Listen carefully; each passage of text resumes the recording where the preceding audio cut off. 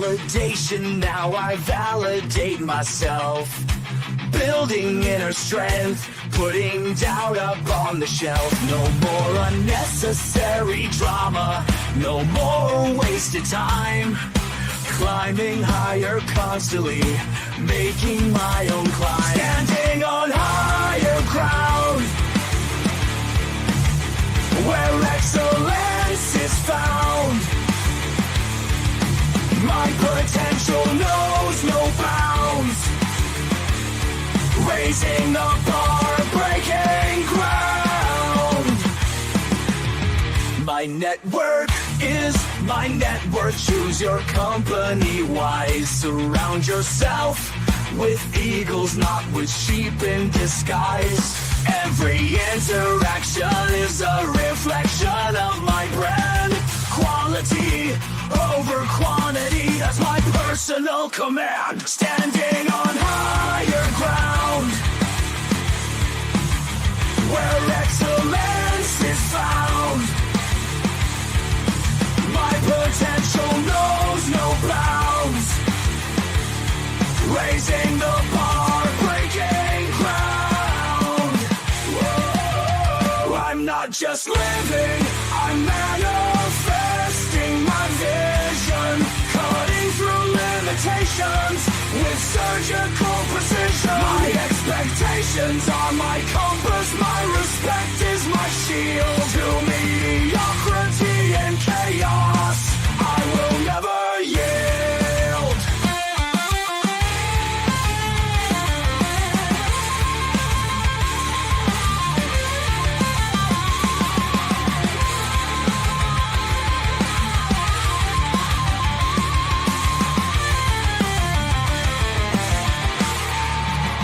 I'm not just living, I'm manifesting my vision.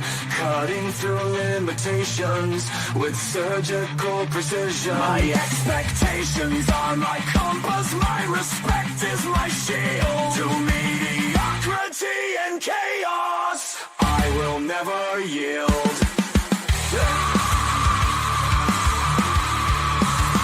Standing on higher ground, where excellence is found. My potential knows no bounds. Raising the bar, breaking ground.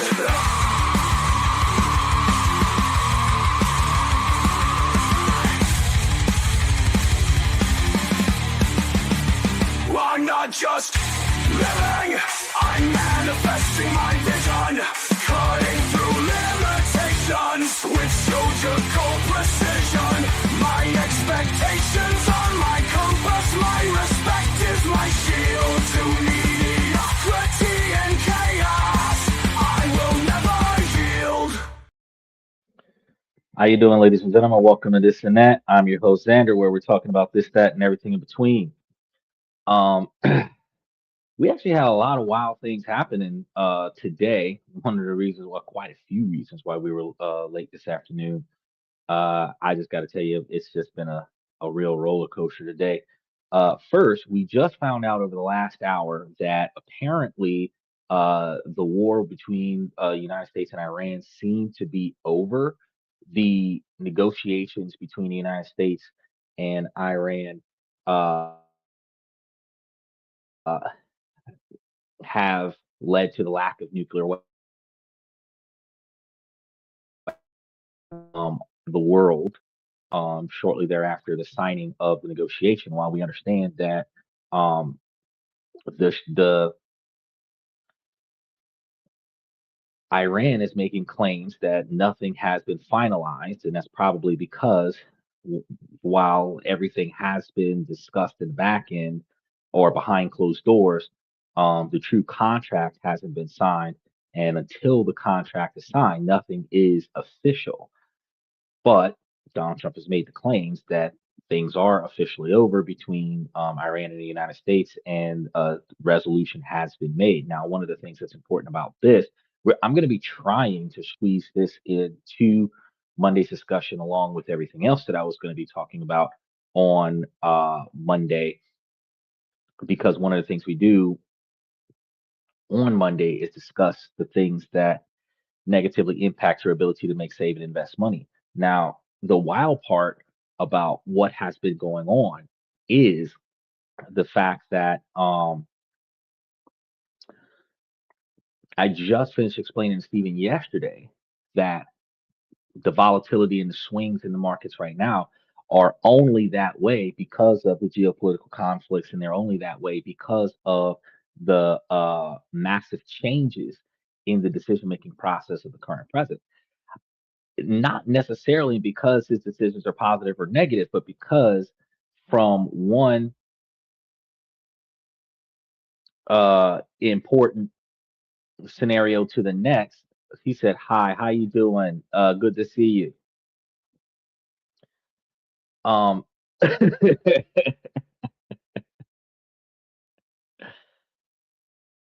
bought a lot of good things. Shit, good thing. Because, like I was telling you yesterday, like this will change dramatically. And one of the reasons why the stock has been so volatile since Donald Trump has got into office was because things switch so quickly. One day he's talking in favor of something, the next day he's talking outside of his favor, and the market shifts with his very words. One day he's in what seems to be a business partnership with Elon Musk, and the next thing they're like Cain and Abel, right?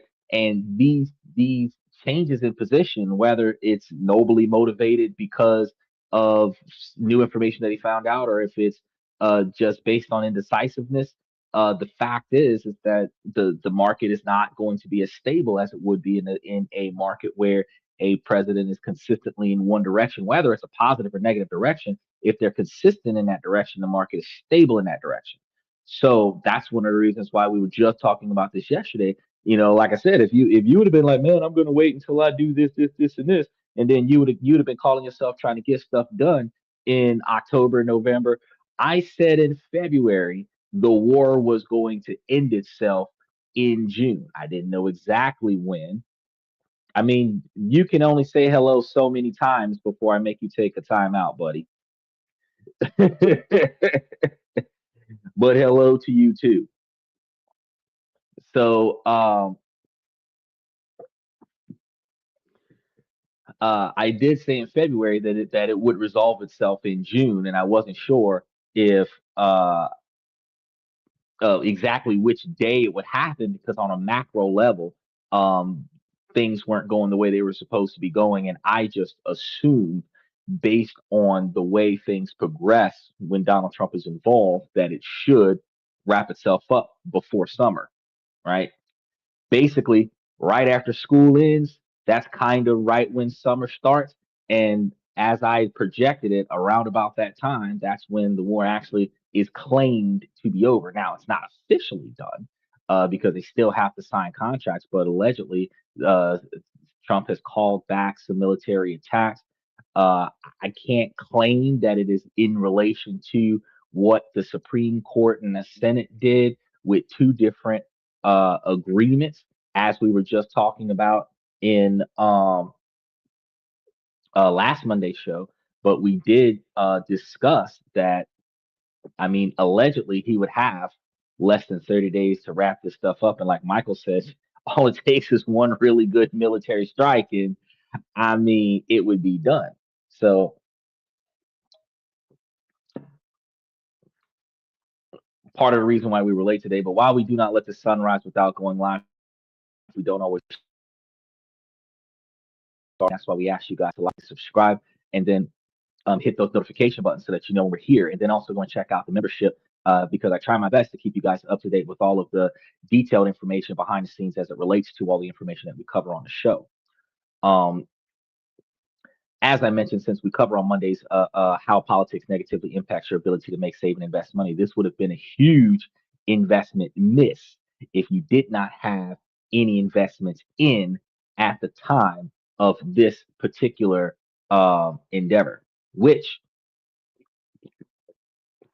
could benefit you or it could hurt you because, you know, if you were planning on making massive bets in a few weeks, as soon as the market gets a hold of what just happened over the last hour, which the market was closed over the last hour, uh, post market bets will start happening, which will go into effect at the first sign of the next market opening, which will be tomorrow morning. So a lot of things are going to change with certain stocks tomorrow. And you can see that some things may go down because the market is shifting, and some things may go completely to the right based on other market shifts. And that's one of the reasons why I tell you guys, you should be really paying attention to how politics occur when it negatively directly impacts your investment opportunities, because you could have been making shit tons of money off of some of the stocks that were still is over 20% in returns on investments. Now, today we were supposed to be negotiating your exit strategies when we were talking about getting terminated. So you guys got to remember that we're live 7 nights a week, where we cover different topics every night of the week. We've already explained Monday, Tuesdays, we talk about different ways to make, save, and invest money, different ways to budget it, and different ways to look at it. Wednesdays, we discuss different countries around the world that we can invest in. And then Thursday, Friday, and Saturday, today being Thursday, we talk about personal development, self improvement, and other such topics that aid you in your ability to improve yourself. Relationship topics, negotiations, socialization, building your brand, raises, promotions, retirement. And today we're talking about getting fired. And then we give you guys all the information you need to build your 20 and 30-year plan, because it's highly important. Where you want to be at in your future requires you to make those steps today in order to get there. But if you don't know where you want to be at, if you just don't want to be broke, how do you accomplish that? You have to have finite, detailed expectations that are reasonably capable of being met, and then reverse engineer what steps needs to be taken to meet that. Now, um, Sunday, the one of the last shows we have out of the week, we do questions and comments from the fans. So if you guys have appropriately structured questions for appropriate topics, we answer them. If they're inappropriate questions, we block you, and if there's inappropriately structured questions for appropriate topics, we block you again. So you don't have to agree with us. You just got to have to be appropriate about it. You can completely disagree, like Sterling has come onto the show and disagreed quite a few times. We really appreciate it when he comes on. He articulates an alternative point of view, and he comes on live. He actually clicks the link, approve the mics, approve the camera, and he comes on in real time, and he intelligently articulates his objections, but it is still received and able to be heard without condemnation. And that's kind of what we want to do here. This is an open mic, open forum policy where you guys can say appropriately what needs to be said related to the topic.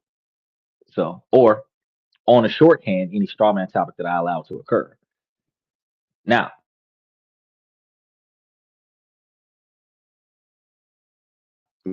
topic we were going to talk about on Monday, and now I'm going to try to see if I can phase this into that topic for Monday, because this was late breaking news that happened over the last hour, and it's going to be one of the things that delayed me from coming in onto the show, and that is one of the reasons why we come onto the show far later than we normally do today. Usually we have some technical issues or something to that effect, but I was like, oh my God, it was it was a lot of stuff today.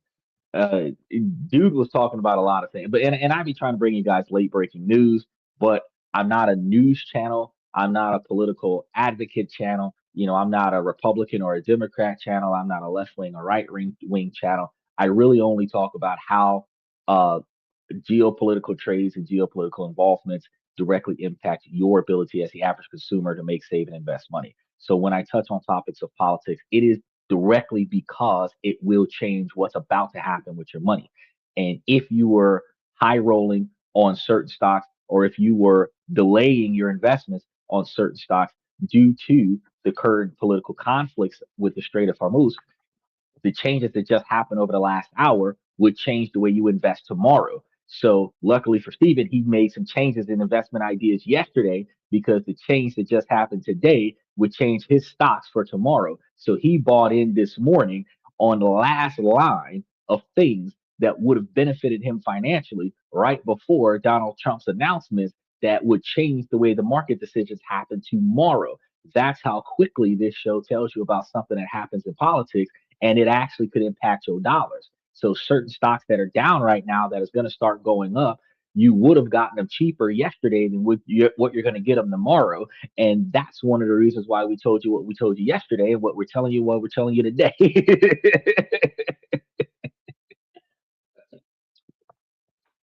We bring all the information together, right? Um, but today's topic is about quitting your job. And we've actually got a lot of stuff for you. We're gonna try to carry it for hopefully 3 hours.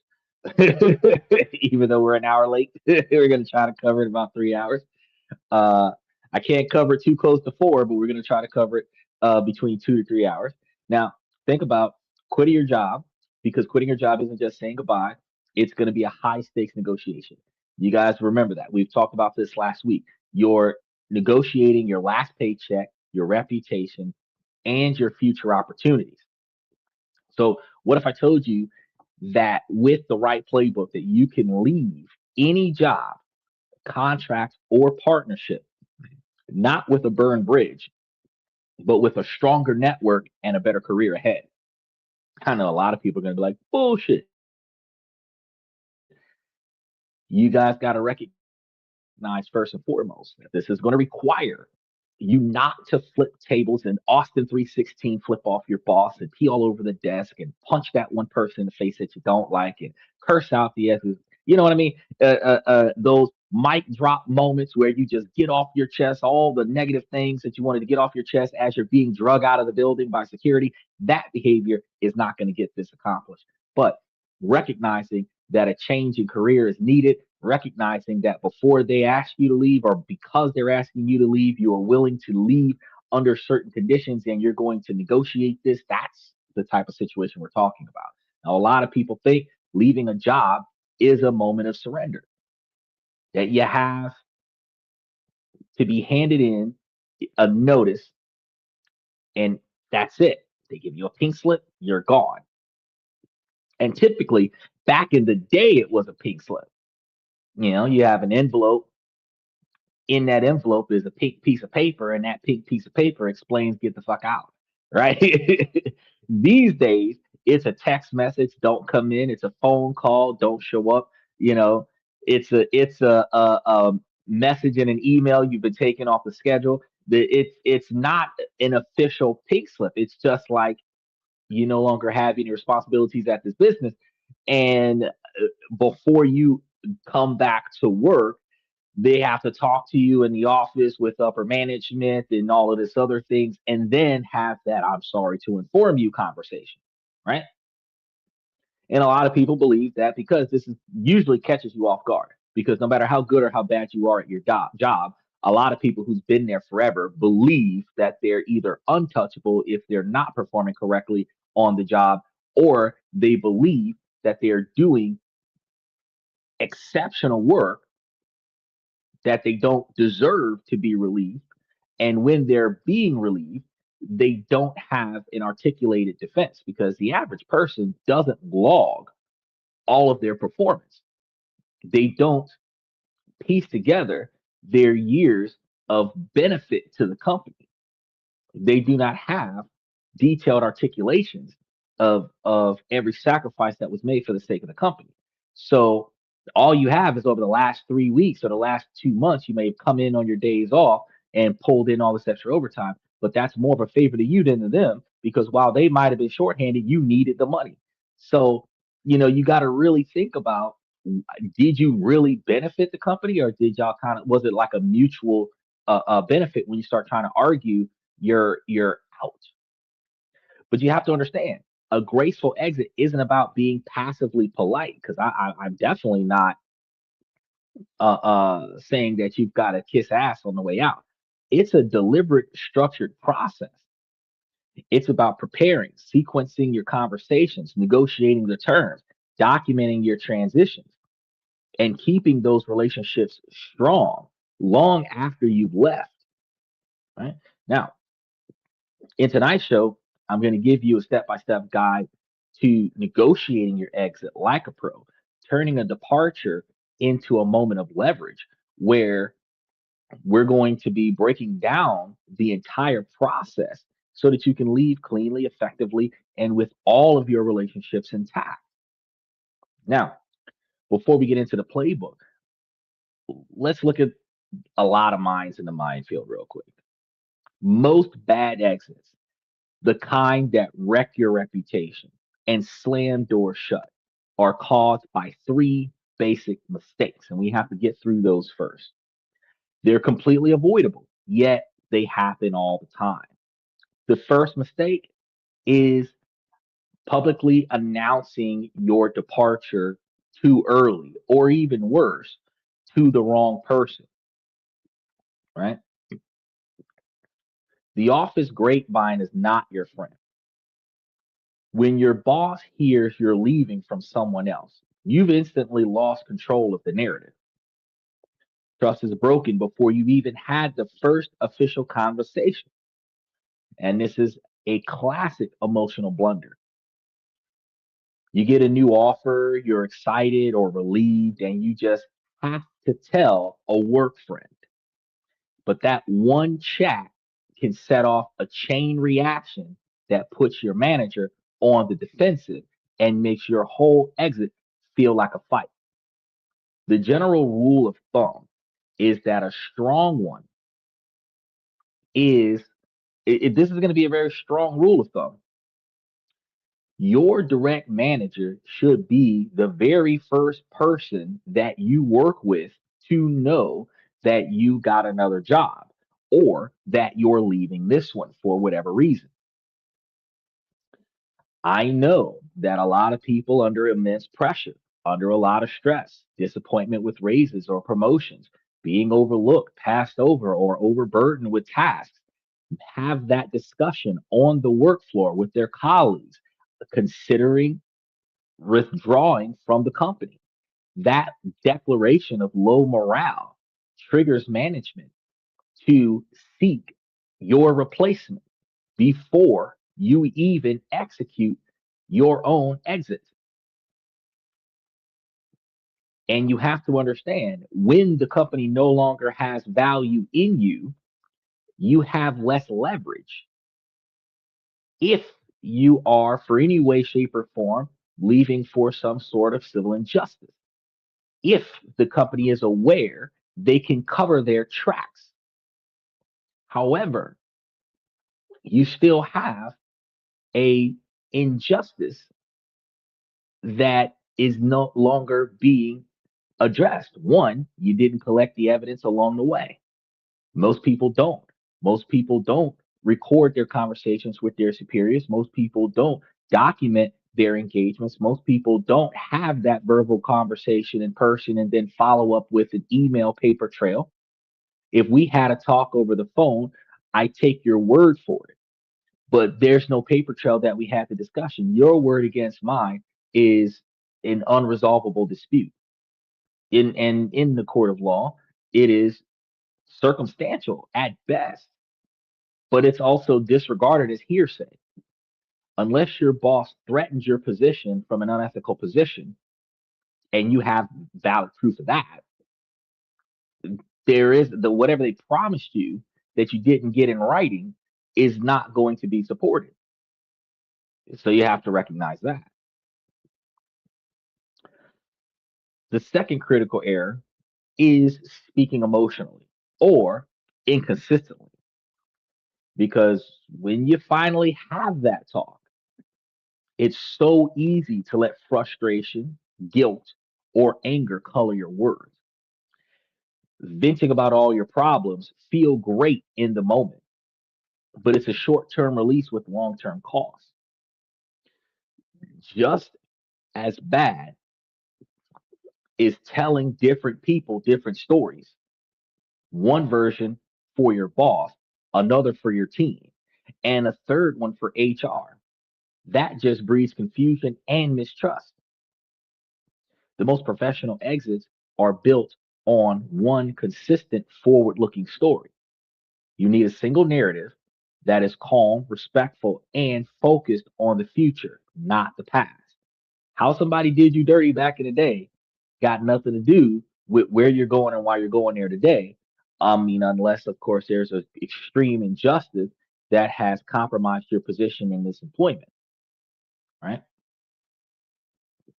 Now, the third mistake, doing that really bridge after you left, is failing to support the transition. The second you give notice, it's tempting to mentally check out. Your work quality slips, you're slow to respond, and you do the bare minimum. Fuck it, I'm out of here anyway. Who cares, right? Your team is going to be paying attention to this correctly, right? And they're going to take this as you leaving them behind and leaving them in a strong bind that they have to manage. A graceful exit demands the exact opposite. You become hyper focused on a smooth handover. Remember the last impression rule, equally as important as the first impression rule. But the last impression rule, people will remember how you left more vividly than the years of work that you put in before. So a sloppy exit can erase years of goodwill in just 2 weeks. So if you were planning on quitting your job, I know Stephen was telling me that he was going to make a transition from one place to another after a discussion about a pay scale. If you're planning on quitting your job, you're supposed to overperform now before you have that talk. So that when you have that talk, they're looking at how great things are right now and how you're willing to leave. And as we go through what you're going to be discussing and how you're going to be discussing it, you're going to stick to the narrative that you're leaving now. You don't necessarily have to give them a why, but if we cover why, you'll give them a why. And as you finalize your 2 weeks out, you give them the best performance that you can give on your way out if you have to proactively finish your shifts. Now, even if I don't get to it today, I have told you plenty of times before that it is always highly probable because a lot of people who are blue collar workers stack up on their vacation time, they stack up on their PTO time, they stack up on their sick days, not because they want to, but because we're workaholics. We typically go to work as often as possible because we need the money. We live on the job because we need the money. We are so used to going in on our days off that when we don't get called in on our days off, some people actually hover around the job, hanging out with our work friends, checking in with the company, especially on a shift that normally is understaffed that you would have to cover, and you would linger around that particular shift just in case something happened that would allow you to clock in and get you some extra hours in. So we don't pay attention to the probability, like Michael mentioned on the show a couple times before, you know, if you end up with either 2 days off in a row, or even if you have two separate days off out of the week, if you have a Monday off and you have a Thursday off, you have the capabilities of taking 3 days off Tuesday, Wednesday, and Friday, and ended up having a full paid week, but you have a 5 day week off and only use 3 of your vacation days. People don't plan that kind of stuff. And if you've got 2 weeks of vacation, that's 14 days. You could take 4 5 day vacations in the midst of any process and only use 12 of your 14 days, where you would effectively be showing up for work 2 days out of the week and getting paid for a full week. People don't plan that. People don't plan that. And ironically, the average person, if the average person was doing that once a month, because if you did it every week, they would likely replace you on a schedule permanently because they need people to work. But if you did it once a month, where you say, okay, well, they only got me off on like Mondays and Wednesdays, and you know they need you on the weekend, so you're likely going to work Thursday, Friday, and Saturday. If you wanted to take like a 4 day weekend, you're off on Monday and Wednesday, you could schedule vacation time on Sunday and Tuesday and take 4 days off in a row where two of those 4 days are paid days off. You still work the 3 days that they really need you. You still get a full week's worth of work, but you get 4 full days to rest. And if you did that once a month over the course of 4 months, you would have used 12 days of vacation time out of 14. That's And actually, with that situation, you would only be using two. So you would have actually, in that situation, only used 8 days out of 14. So if you would have did that once a week and only used one week out of the month, only used 2 out of 14 days, you could have did that 7 months in a row, where you're getting paid a full week's worth of work, and you're taking 4 days off out of the week once a month for seven months. People don't think about that. How you doing, Mr. Satellite? Special shout out. He said Thanksgiving has 2 days off, 3 days get ran that week, mandatory for me. You got some businesses that will do blackout dates for things like, well, they're starting to do more work life stuff now, so they're sometimes closing the whole company on holidays like Thanksgiving Day, but Thanksgiving Eve they might be open. Some fast food places might be open, especially if they're open like late night stuff like that. They might close during a day and open that afternoon, or they might be half a day and then close right before like 5 o'clock and shut things down. Where they he said, "Where's my intro?" Your intro's in here somewhere, buddy. Good to see you though. Shit, Steven needs an intro. He's a paid member in the membership.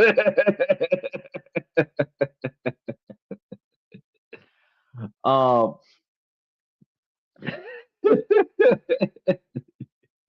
I still got your intro in here somewhere. I just didn't put it up because we got a lot of stuff to talk about today, and not a lot of time to cover it all.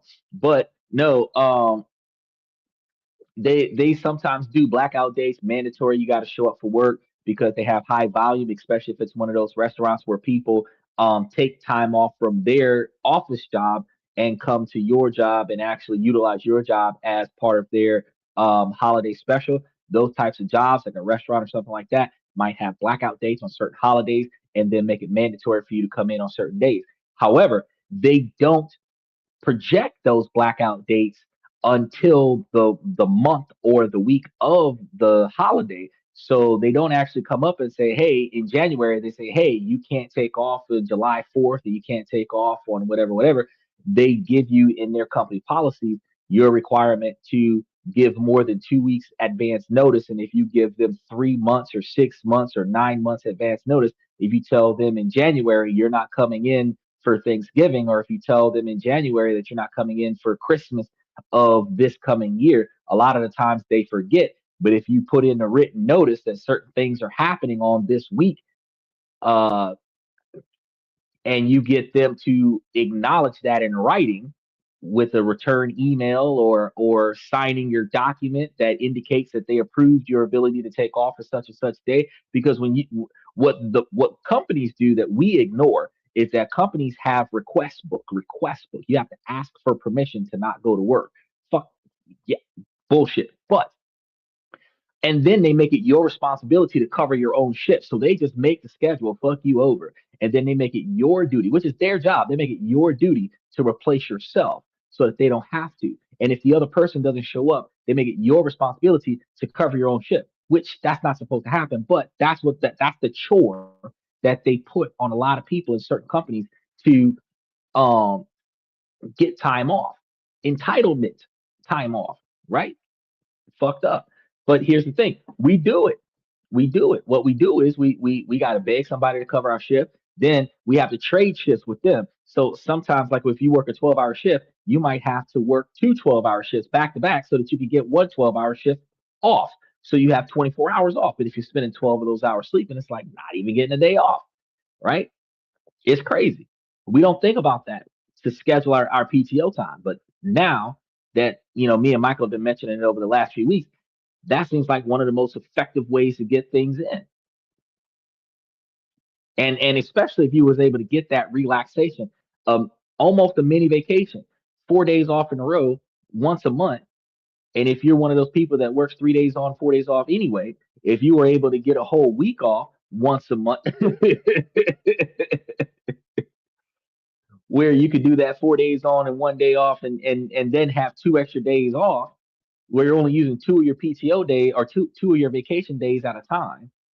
Some jobs give you mandatory 2 weeks off where you got to take a full 2 weeks,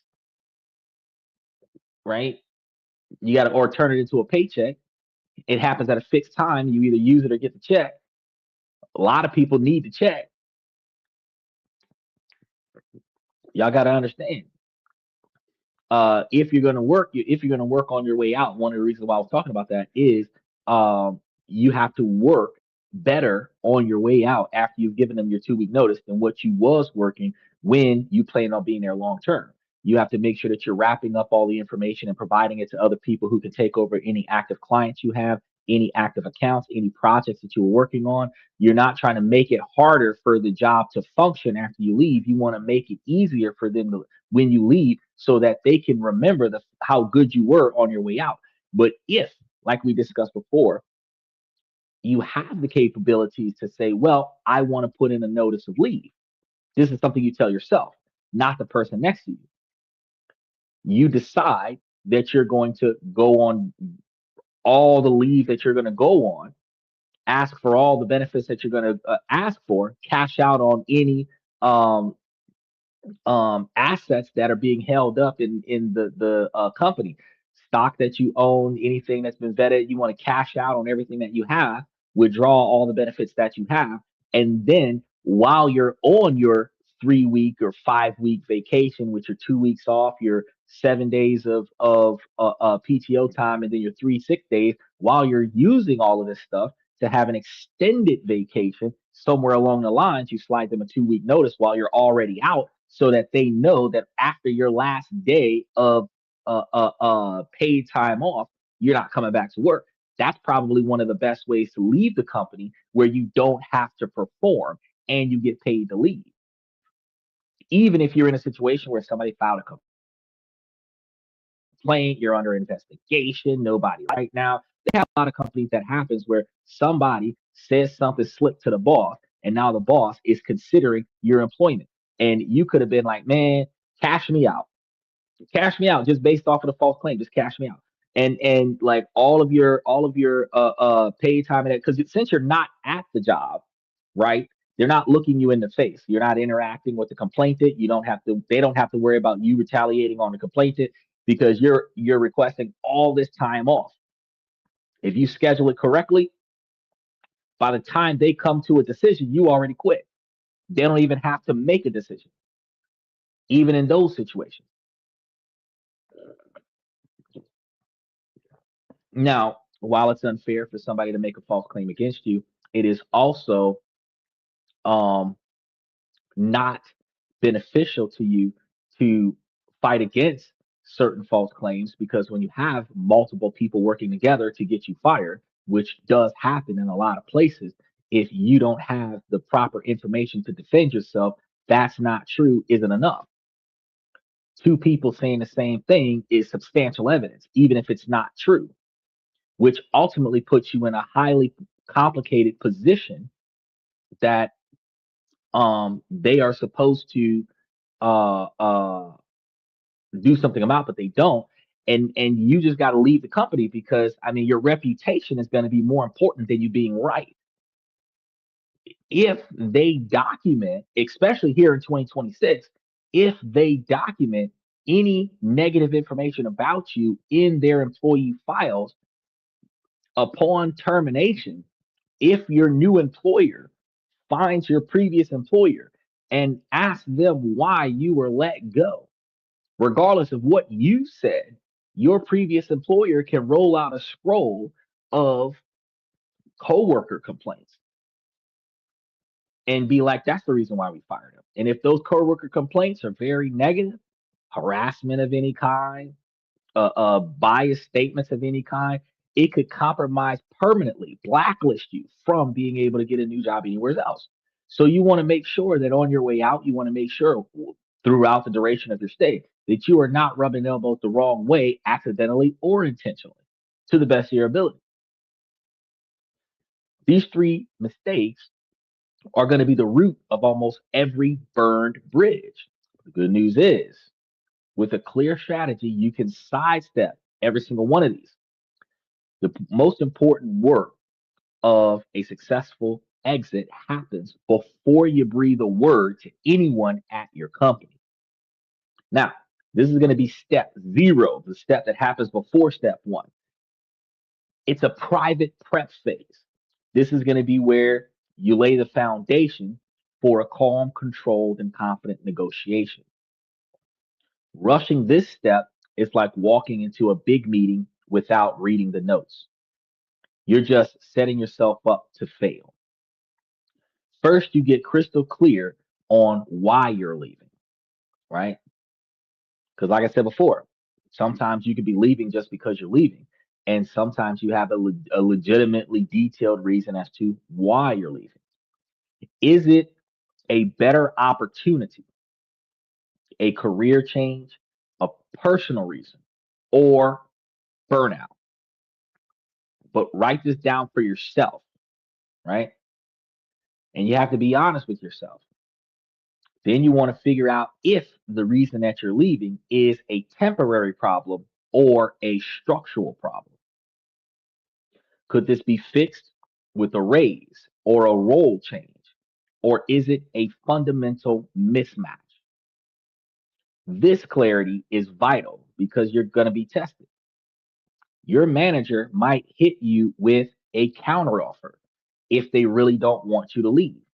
And if you haven't solidified your why to yourself, you could get talked into a temporary fix for a permanent problem where they offer you extra money to convince you to not leave when you really don't want to be here because you don't like the way you're being treated. But they're going to pay you more money for you to put up with the bullshit.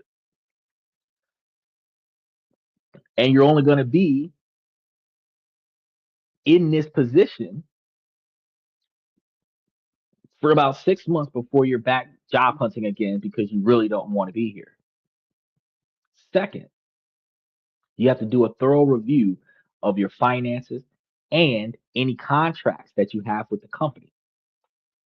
I know that when we sign on, we just sign a bunch of papers for the onboarding process. We don't really read many of them, and we typically walk away from the job without reading anything either.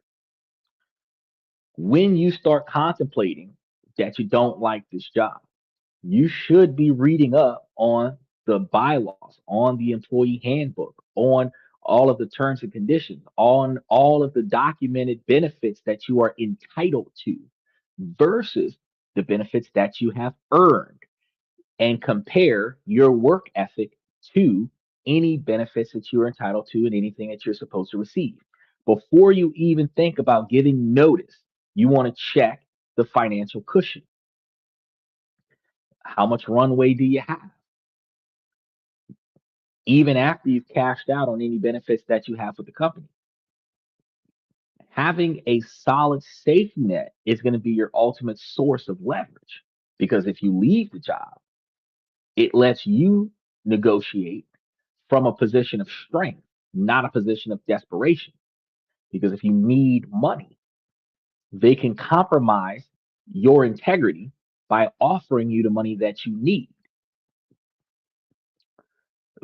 Again, if you need money, you might take less money from the new employer than you deserve. So it's not just the person that you're um, quitting from,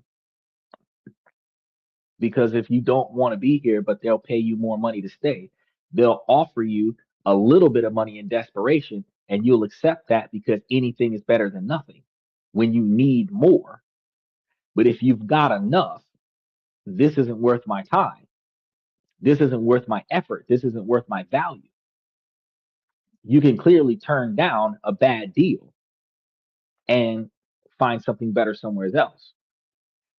Even if you found a better employer where it's a new environment, likely to have better treatment, where one of the reasons why you're leaving is you do not like the environment that you are involved in, whether it's the lack of work ethic around you, whether it's the lack of organization and the structure that you're in, whether it's the lack of accountability of the people around you that leads you to levels of frustration that is unresolvable because it is not your direct failure, it's the failure of the people around you.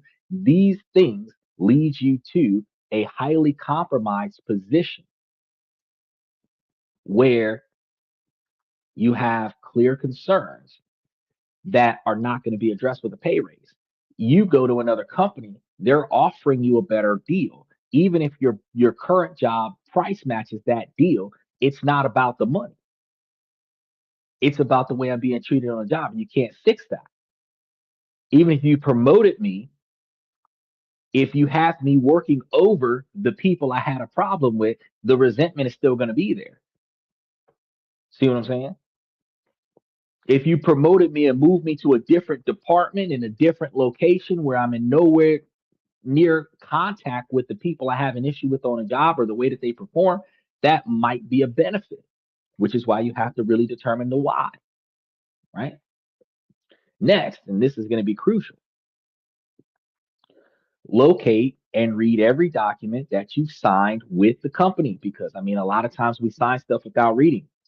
Now you need to read everything that's got your signature on it. This means everything.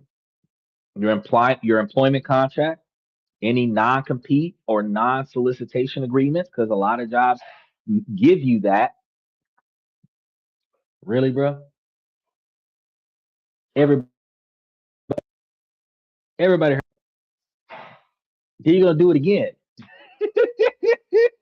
He's sneezing. God bless you. Goes on foot. Oh Lord, now he gonna come and climb onto the show. He gonna make his way over here to the show. He made all that noise. He gonna come over here and get onto the show. Um, you want to look at your no solicitation agreements and then the paperwork on stock options or any bonuses that you might be entitled to. Right? He said, "Better let you go if you're not happy working here." Well,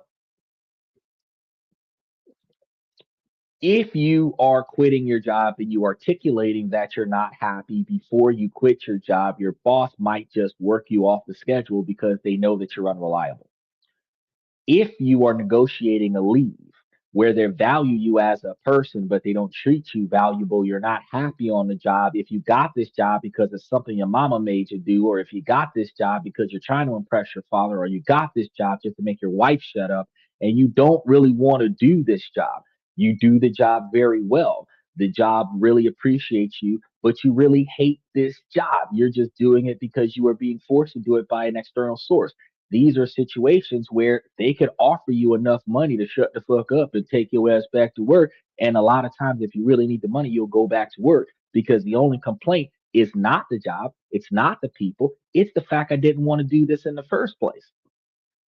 So when you say, well, it's better to let you go if you're not happy working here, that's not always the case. You have to really understand why are you not happy working here? Because I could not be happy working here because you forced me to do this.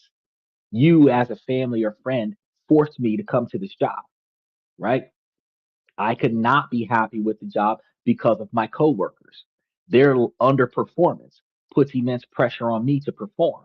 I could not like this job because of the management passing their responsibilities on to me without me receiving the adequate pay.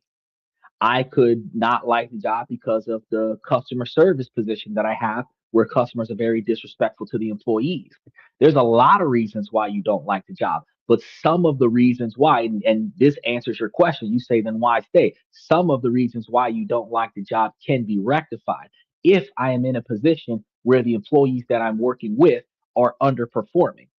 And the only reason why I'm leaving is because I have an immense pressure of a higher workload, then the company can, in some situations, relocate me to a position where people outperform me.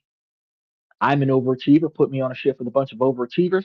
And especially if we're on a shift where the overachievers get bonuses for overachieving, I can get a pay raise for production and be on a shift full of people that perform, and it be a breath of fresh air that changes the way I feel about the job. If I'm in a position where management is putting a workload on me, upper management might recognize the fact that I've been doing the job of the person to be replaced, and they might replace me with that guy, where that guy or that girl gets fired, and now I'm the manager that I was doing the work for. That solves the problem, because if I was doing the work of the manager without the pay of the manager, and that was my complaint, making me the manager that I'm working for actually resolves my issue. Now, under situations where I was forced to go to work because they wanted me to have a job and I really didn't want to have that job, the company can't do anything about that. That's a personal gripe that you just got to deal with your therapist. And at the end of the day, that's one of those moments where you say, well, yeah, if you're not happy, just find another job.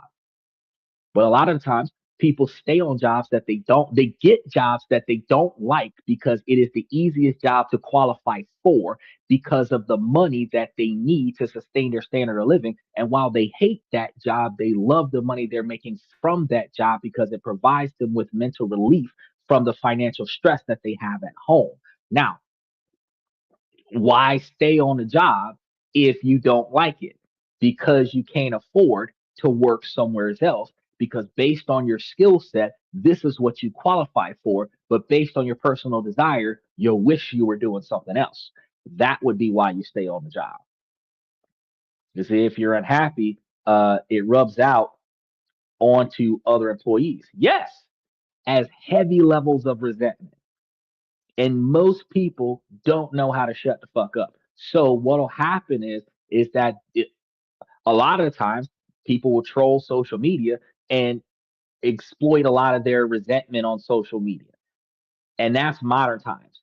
But back in the day, and a lot of the times today, in reality, a lot of people gripe about the job while they're on the clock. The boss might not be around. One of their friends that are friend coworkers will be bitching about the boss or bitching about one of the other coworkers. And a lot of the times that conversation can be just between the two of them. But a lot of the times that conversation through the grapevine gets back to somebody else. Hey, so and so's been bitching about the job. They don't seem happy about the job. And just like you said earlier, yeah, that could get you worked right on out of the schedule.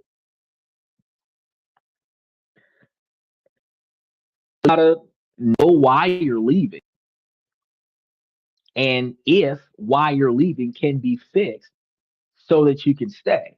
If it is an irreversible or unreconcilable situation, then you must leave. But if it can, in fact, be resolved, then it needs to be resolved. Now, after you've gone over stock options and other bonuses that you might be entitled to, you have to understand your obligations. What's your required notice period? Because a lot of times 2 weeks is the standard norm, but some require you to give written 30-day or something to that effect. If you have certain projects that's going on, some require you to finish certain performances and notify them before taking on new projects so that you're not starting up something and then walking out the door 2 weeks after you're handed a new project. You have to look at the details, right? What are the exact terms of your no compete clause? Because a lot of companies give you that no compete clause, but truthfully, depending on what industry you work for, a no compete clause could be something to the magnitude of not taking trade secrets and bringing it to somebody else. And if you're not bringing trade secrets to somebody else, it's like if you work in a burger joint, there's only some you don't know how the damn meat is made, so you're not bringing trade secrets. But if you're working for a tech company, the coding that you use in that company, you can't use anywhere else. Even if you made the algorithm, it is that company's intellectual property. So you can't take your personal algorithm and bring it to another company. Even if you made the algorithm and the company doesn't know about the algorithm and you were using that algorithm to benefit that company, because that algorithm is in their software, it would be considered their intellectual property because you created it on the clock. You got paid by them by the hour. You used it for their company. You can't take your algorithm and go anywhere with it because it's yours since you made it, but it's theirs because you used it on their dollar, right? So you got to be careful about that. Then you have to ask, are there bonus clawbacks? The legal landscape around non-competes is always going to shift, with many states restricting the use. And that's going to be because the no compete clause might ask you or demand that you not get a job with the competitor simply because it's the competitor. So if you work at a Burger King, you can't get a job at a McDonald's. If you work at a McDonald's, you can't get a job at a Wendy's. Not because you know the secret recipe to the secret sauce, but because you know how to make a fucking sandwich. And that makes no damn sense, right? But the enforceability really depends on your state's laws and the specifics of what you signed. So you have to really look at the contract and see what you signed. Ignoring these details can lead to nasty surprises like forfeited money or even legal threats. And forfeited money could be money that you're entitled to have, but because you're working for the competitor, they took that money back from you.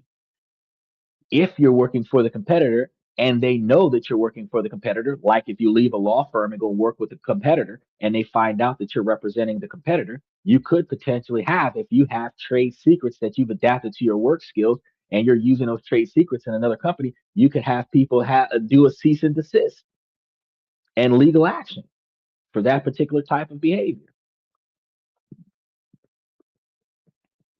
Because if you're a good employee, you'll get pay raises annually.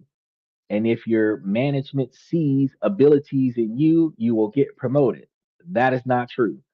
If you are a good employee, you're highly likely to receive paid raises annually, but some companies have standardized pay raises based on years of service, not actual performance. You have some managers that will give you um, I would have to identify them as in the battlefield raises and promotions, where they're giving you a raise to keep you in the middle of the chaos.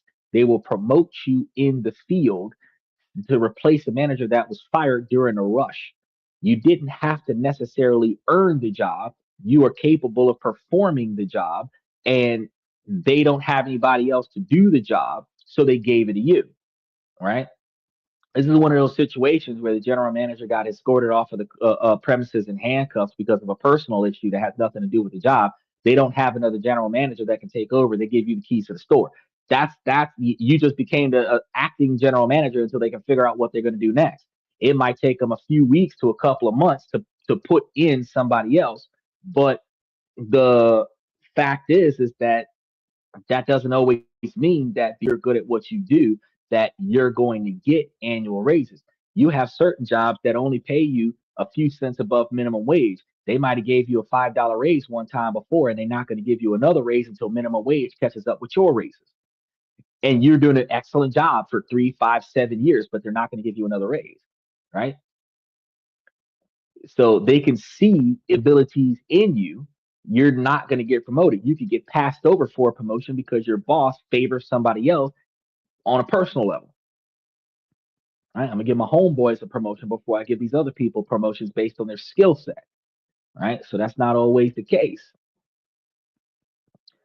Uh, a special shout out to, oh my God, Mr. 58. Yo, what's going on? Because I can only speak from my own experiences in life.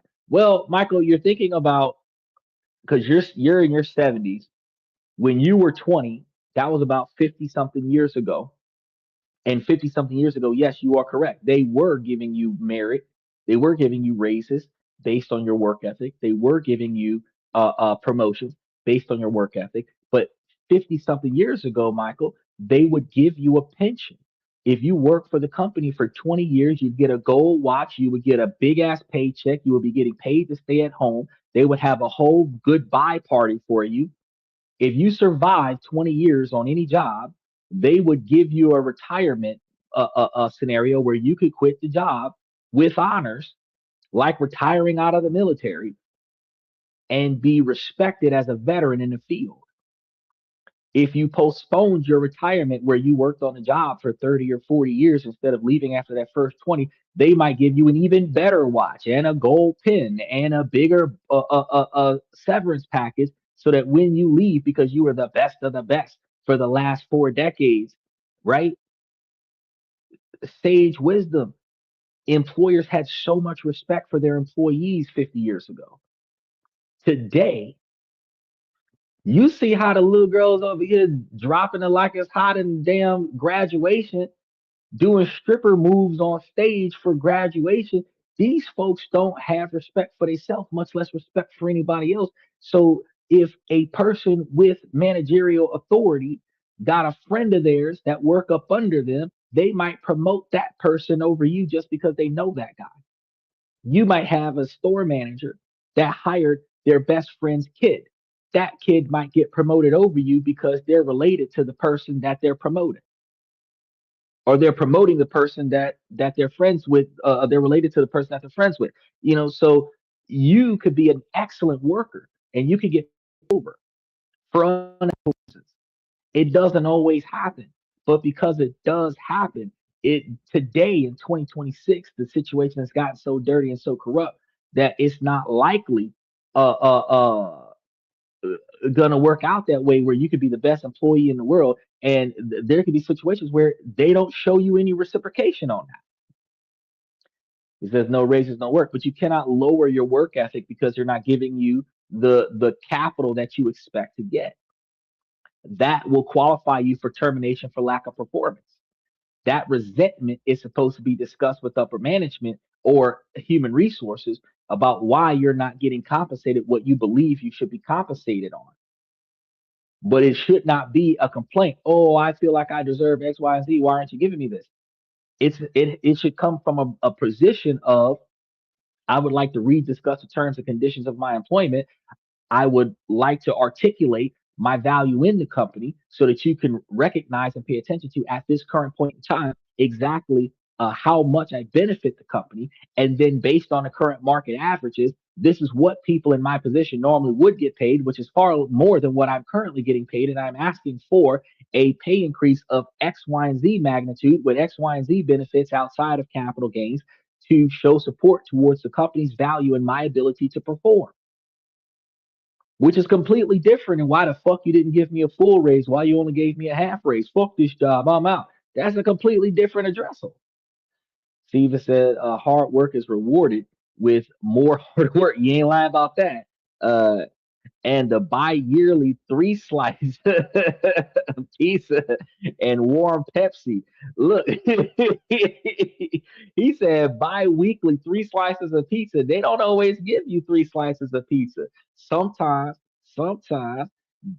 if you work in a fast food restaurant, they do meal exchanges. So you might get like 5 wings and a bottle of water. You might get 2 cheeseburgers and a fry with no drink. But your hard work is that what they do is instinctively they give you more work because you're willing to do more work.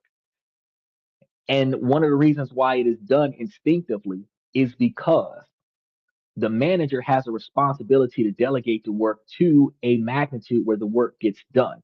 Either the manager has to do the work or the manager has to put the workload on individuals that will accomplish the goal. A manager that can count on you to get the work done will continue to add you more stuff until you can't get the work done anymore. If you're able to do the job of 10 people before they bring it to somebody else who isn't done with the last task, they'll bring it to you because you've done the last 7 tasks that you brought them and you still have nothing to do. Now, some employees get frustrated. Oh, well, why are you giving me so much work? Because you're finishing your current task too fast. Instead of pacing yourself, you're burning through the task as if you're getting paid by the assignment when you're actually being paid by the hour. If you overwork yourself by functioning as a paid by the assignment employee, they will give you plenty of assignments and make plenty of money off of you, but not give you a raise for the performance increase. Even if you cause the entire floor to have an increase of performance, they're not necessarily going to give you a raise. They're actually just going to make everybody perform to the speed that you're currently performing. If you're supposed to accomplish like 20 clients an hour, you're accomplishing 100 clients an hour. You've been accomplishing 100 clients an hour for the last year. They're going to up the base floor and say everybody needs to perform 100 clients a year because 100 clients an hour because you've been doing it, right? You've been doing it for the last year. So instead of them giving you a raise, they might make that the standard norm. So they're not always going to show you the value that you need. Yeah, that happens all the time. Best advice, you'll figure it out. No, I got better advice than that, Michael. Oh yeah, the bi-yearly 3 slices of pizza. Yeah, bi-yearly. Yeah, I seen that. I seen it. Now, this prep phase that you're gonna have where you're doing this by yourself, where you're taking it into yourself and determining your value, this is about arming yourself with information. Knowledge is power. By clarifying your reasons, auditing your finances, and understanding your legal constraints, you turn quitting from an emotional reaction to whatever the fuck happened on the job, because it could have been something somebody said to you on a job. It could have been something somebody did to you on a job. It could have been something you didn't believe that you were supposed to experience on a job, or something that you believe that you were entitled to on a job that you didn't get. Whether you feel like you got passed over on a promotion that you deserve when you don't qualify for that because certain situations in your personal life prevent you from getting that position. And a lot of people don't know what I'm talking about. Let's think, for example, you're really good at managing the team, right? You're really good at delegating the instructions. You're really good at being supportive. You're really good at filling in the blanks with the weakest links on the floor. You are allowed to be a team leader, but you might have a couple of dine and dash citations from when you were kids playing with your friends. You might have a couple of probation things where you and your homies might have stole a bike or some stuff, or joyrode in somebody's car or something like that. And these transactions on your criminal background record actually interfere with your ability to be promoted to a position where you're required to handle the company's money, because the higher ups believe that you might actually fall back into bad patterns of behavior. You don't understand why you're not getting promoted because you can do this job and you do it well, but your past is preventing your future from being that managerial position. You're pissed off at the company and you don't know why you're getting passed over, and they're not going to tell you you fucked up in your past. That's why we're not hiring you. They should, but they don't. They tell you we'll see. They'll tell you we'll get back to you. They'll make it seem like, well, I got to talk to district. District's got to talk to regional. Regional's got to talk to area.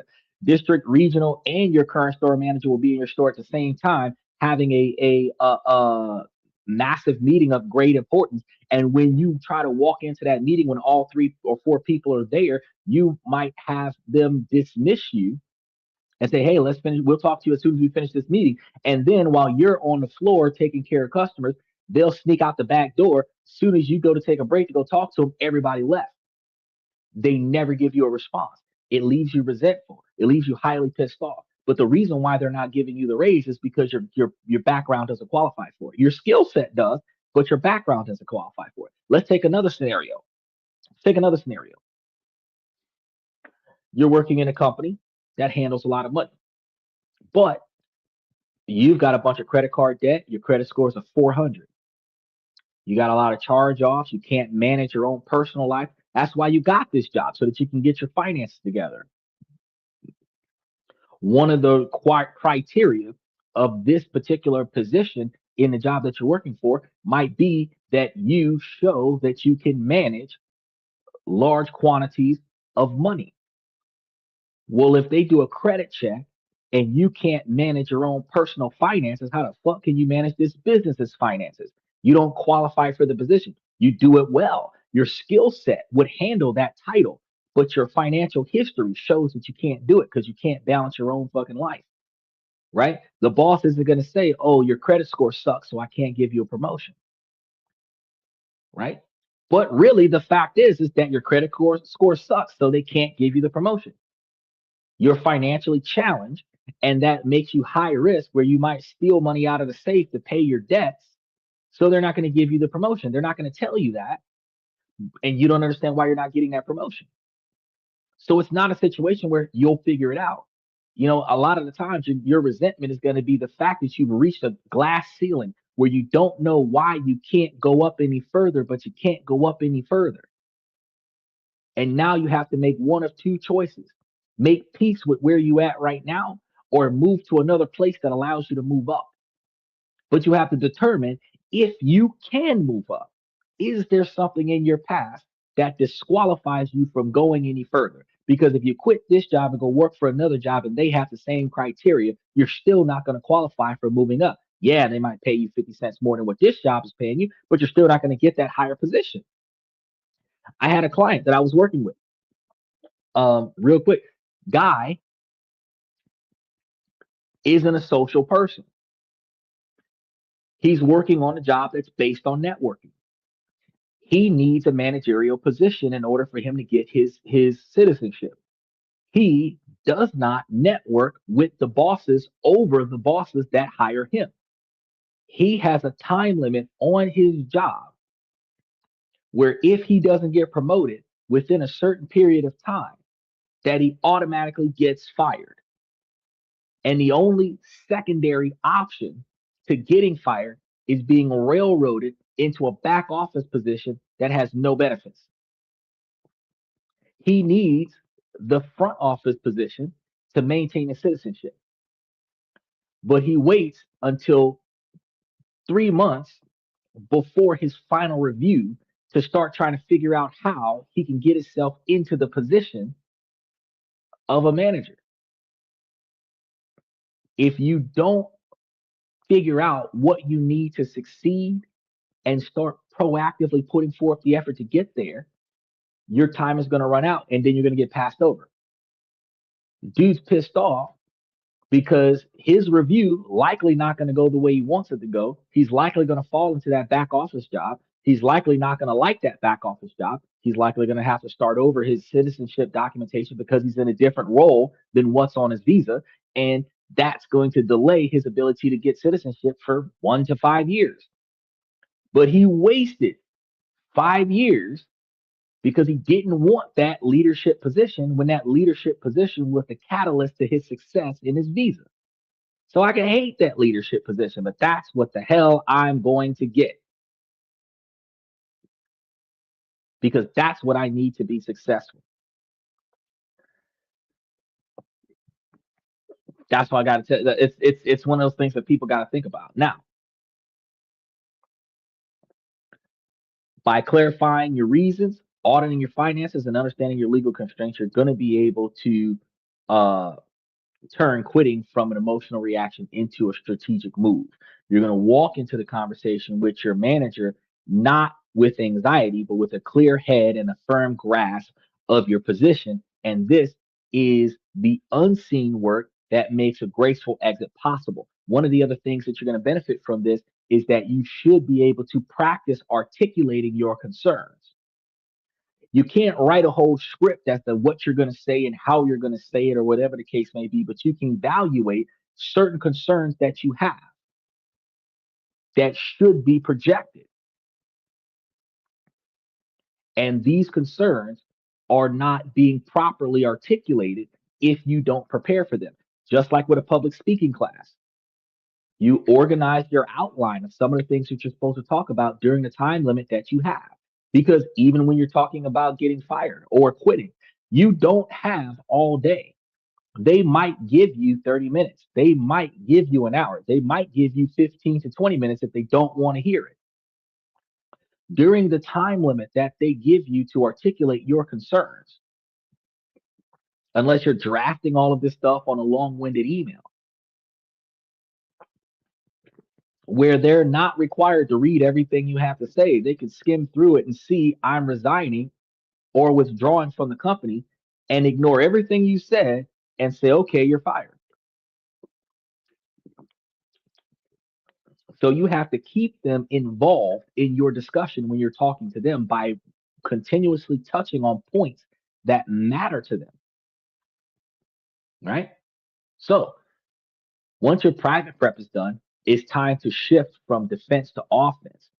You need to define what a successful exit actually looks like.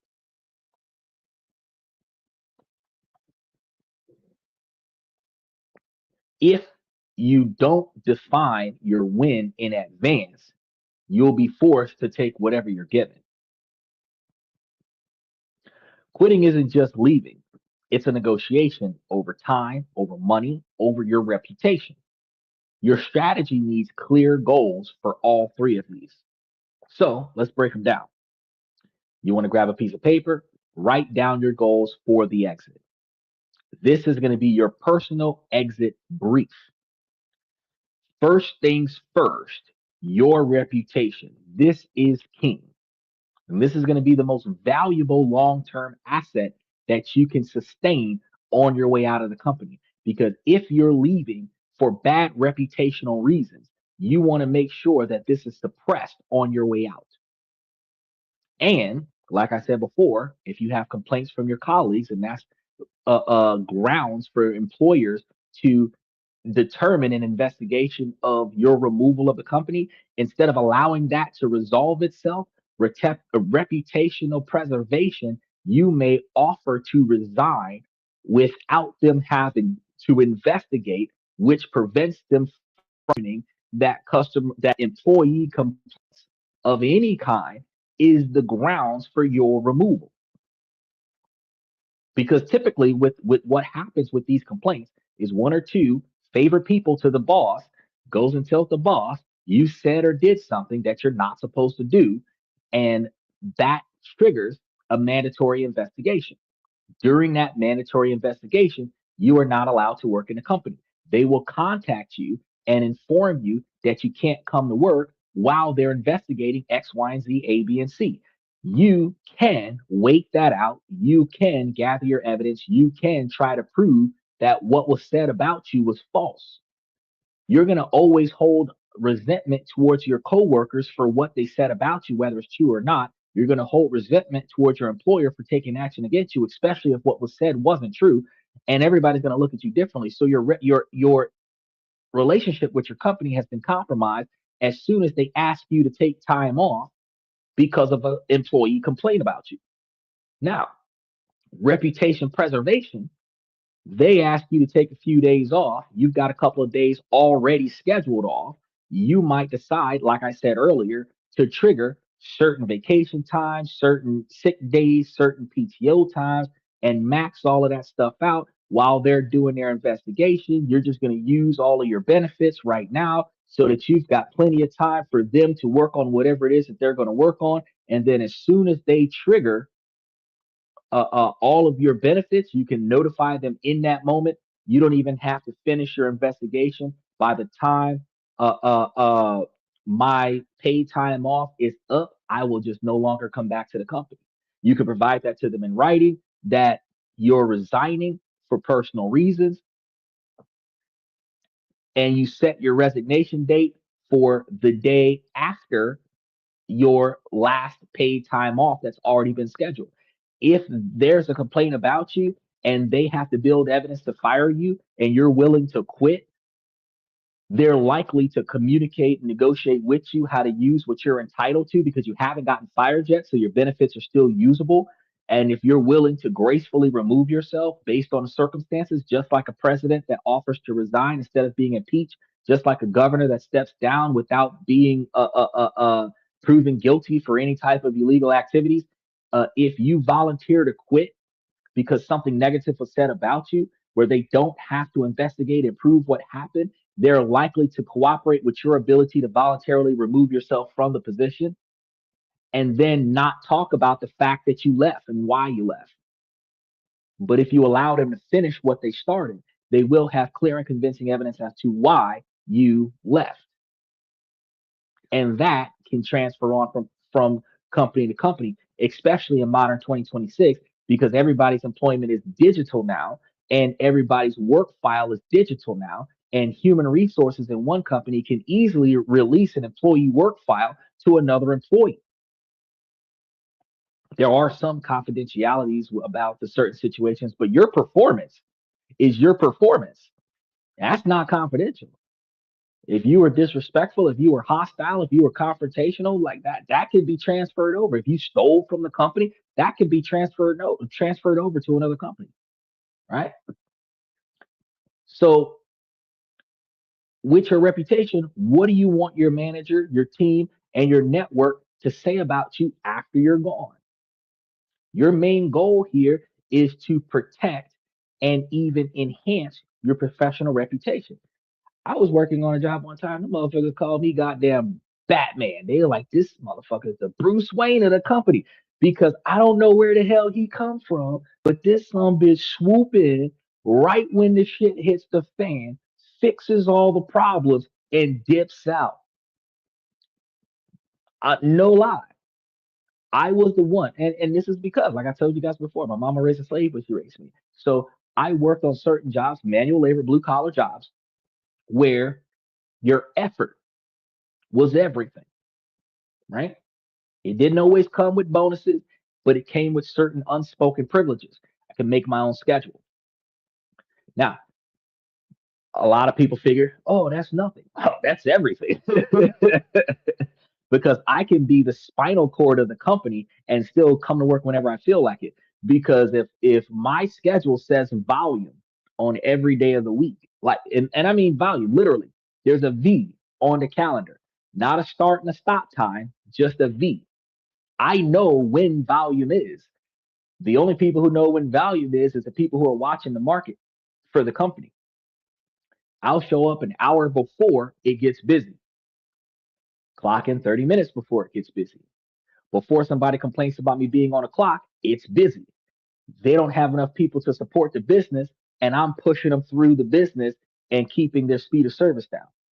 Then, when the business resolves itself before cleanup time, time for me to go. It's no longer busy. There's more than enough people here to handle this. I'm the first person that can go. I might have been there for 4 to 6 hours. I'm out the door. Volume, right? Now, a lot of people are like, fuck that. I want my full 8 to 12 hours. Hold on now.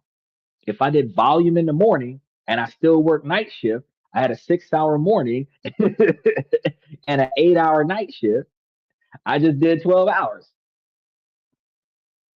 Well, actually, I did 14 hours.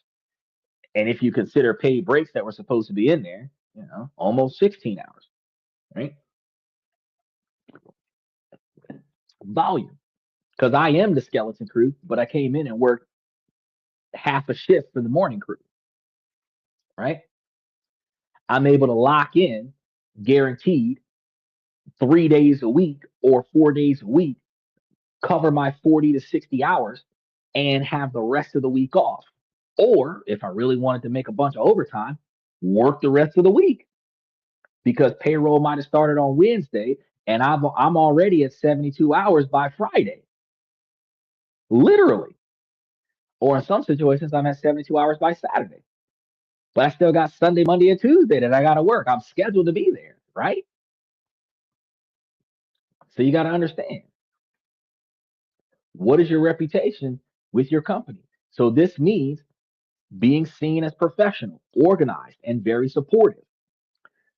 A key sub goal is to lock in the positive references from your previous employer, especially if you can get those references in writing before you leave, regardless of how they feel about you after you leave.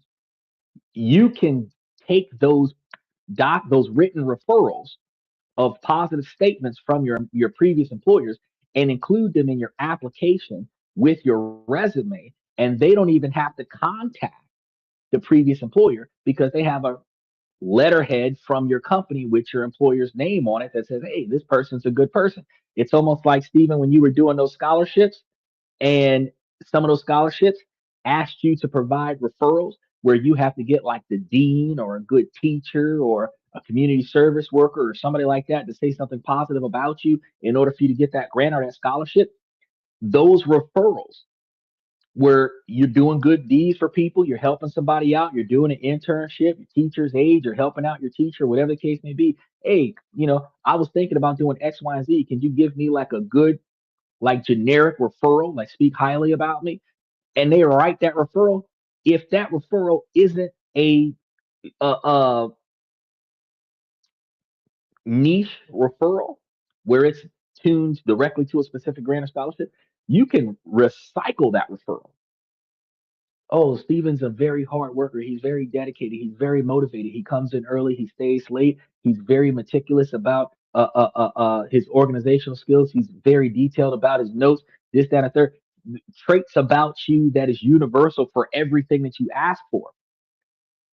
Then you can take that one and go to all of your applications. But if you have one referral that's like, oh, he would be really good for your undergraduate research development summer program, that referral can only be used for exactly that.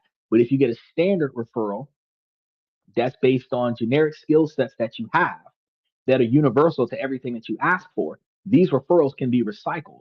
And if the referrals are within the last 6 months, you could last 6 to 12 months, you can utilize multiple referrals from multiple individuals and just copy and paste them to all of the applications that you fill out within the last 12 months. Is that the value of those investments already increased in one day? That's what I freaking told you. That's exactly what I told you yesterday. I was like, man, you missing out, bro. If you freaking wait for that car to get paid off, you gonna miss out on an opportunity. I told you yesterday. I said, shit, you better get your ass in there and get it in there while you still can. He said MicroStrategy incorporated up almost 4% in a day. And I told you that I get, and I've been following each one of them. Don't forget, we had the stock party that had started, I think, yesterday. You should have, if you didn't grab it already, grab your stock party. But that's one of the reasons why I was telling you about it yesterday. That's why I've been preaching to you about it over the last month, to grab those stocks, because soon as Donald Trump says the war is over, you think the stock is going up like now overnight. You can imagine what's going to happen at 9:30 in the morning when the stock markets open up, from 9:30 Eastern Standard Time to 4 p.m. Eastern Standard Time. You're going to see leaps and bounds on the observation that conflict is over. Oil is going to start being shipped. Products are going to start being mass produced at a less expensive rate for the manufacturer, which means that products are going to start reaching the customers at a more expedited fashion, which means profits are going to start being made by big business. Employees are going to be able to start going back to work and getting more hours, right? Troops are going to start coming back home. Properties are going to start paying their rent on time because the residents are going to be coming back home, right? All of that stuff is going to start benefiting all of the stuff, all of the stocks that we were following. Gas prices might go down, but gas prices aren't going down until October, because now is the time with hurricane season and summer travel with no conflict overseas. It's safer to travel to the Middle East, which means a lot of people can still now safely go to Asia without having the concern of being blown out of the sky by a stray missile. So you're going to start seeing more travel. You're going to start seeing more social involvement, because they wrapped it up right after school's out. So any plans that would have happened 2 weeks after school's out, summer vacation, the war's over, people's traveling, you're not going to see much of an impact on the gas prices. Gas prices are going to start dramatically going down in October. There are going to be some changes in gas prices. It might go down like 45 cents over the next like couple days. It might go down 45 cents over the next week. But the inflated price that we would have naturally experienced for summer and hurricane season is going to offset the decrease in price due to the lack of conflict that just resolved itself. So we're going to see a lot of changes in the market, but we're going to see a lot of things stay the same for a short period of time. But now we're going to see the natural decline in the fall from not only the war being over, but summer being over too, and hurricane season being over as well. I I don't know. Some people don't pay attention to what I talk about when I be talking about it, and that's one of the reasons why this is one of the most undervalued podcasts um in YouTube, because I called the market on a macro level and timed it on a macro level to the exact circumstances that actually rolled out. And anybody who takes my information, piggybacks it with their own research, and then takes action on that is not going to miss out on the wave that I said was coming. They're going to be at the top of the wave, riding the wave, not under the wave, being swallowed by it. They're not going to be on the back end of the wave trying to get what's left over, right?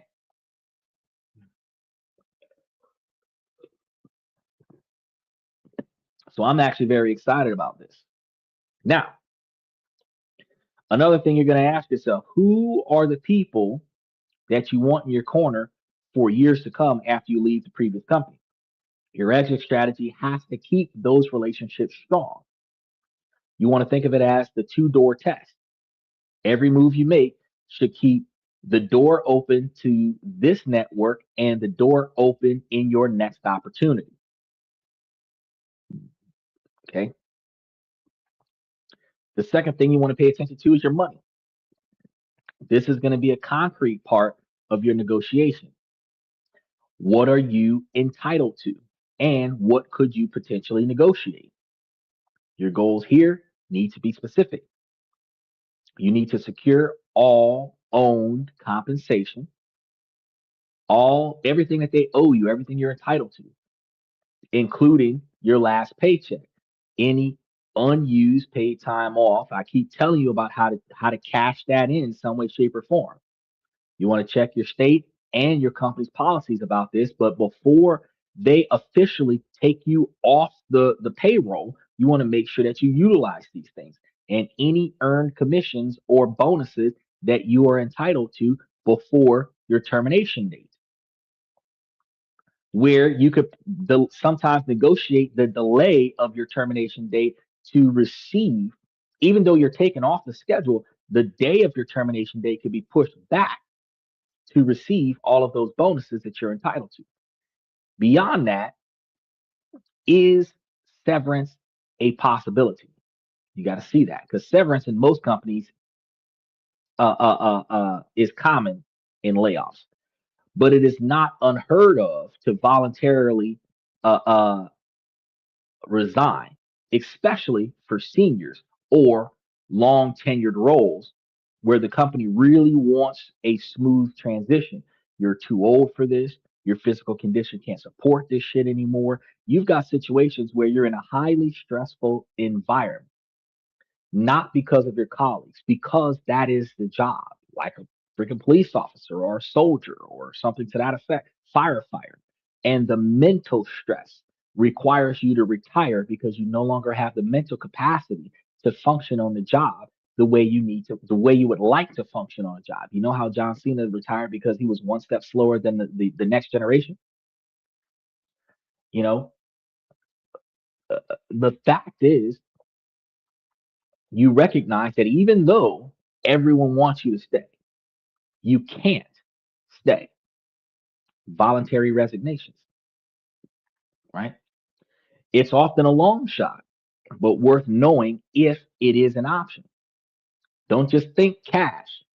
Consider other elements like accelerating your stock vesting or getting help with Cobra health insurance premiums. Because a lot of the times, there's only so much money the company is going to give you. But if they're willing to pay for certain benefits on your behalf or allow for certain stock options to be vested to you before you are taking off a payroll, that's extra ways that you can get your benefits. Third, you want to recognize time. Time, as in like your free time, as in your personal time. This is about controlling your departure timeline to fit your needs while meeting your obligations. Your primary goal is to set a clear and mutually agreeable last day, right? 2 weeks notice is common courtesy, but this is in the United States. It's not a legal requirement unless your contract says so. So for senior roles, offering a longer transition can be a great gesture of goodwill, meaning that you really don't want to be here, but you might give them 3 months so that you can train your replacement. But everybody knows that you're retiring. You filled out the retirement like a CIA agent, like a federal agent. You could have been working on this job for 40 years as a senior officer, and you have filled out your retirement information. You've got your retirement date. You just finished the paperwork here in June, and they have decided that your last day on the job is September 15th. You know when your last day on the job is, but it's not for several months. During this time, you're going to train somebody else to do what you do the way you used to do what you do, if not better, right? This is a goodwill gesture, right? You also want to design or define your scope of work during the notice period because you're not there to start new massive projects if you're on your way out. Your goal should be to negotiate a clear list of transition priorities, making sure your final weeks are productive but contained, meaning you might be leading the team, delegating work. Even if new projects are assigned, they're assigned to somebody else where you can aid those people on certain projects, provide advice to those individuals on certain projects, but you will not at any point in time be responsible for those projects since you are leaving the company, right? It's like, it's my last day. I don't want to take on a new case,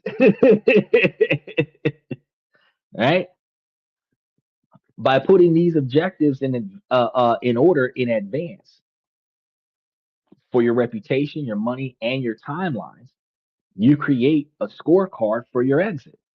It turns a vague, stressful event into a project with clear goals. And this framework lets you approach every conversation with purpose, ensuring that you walk away with your assets, both financially and reputationally, fully intact.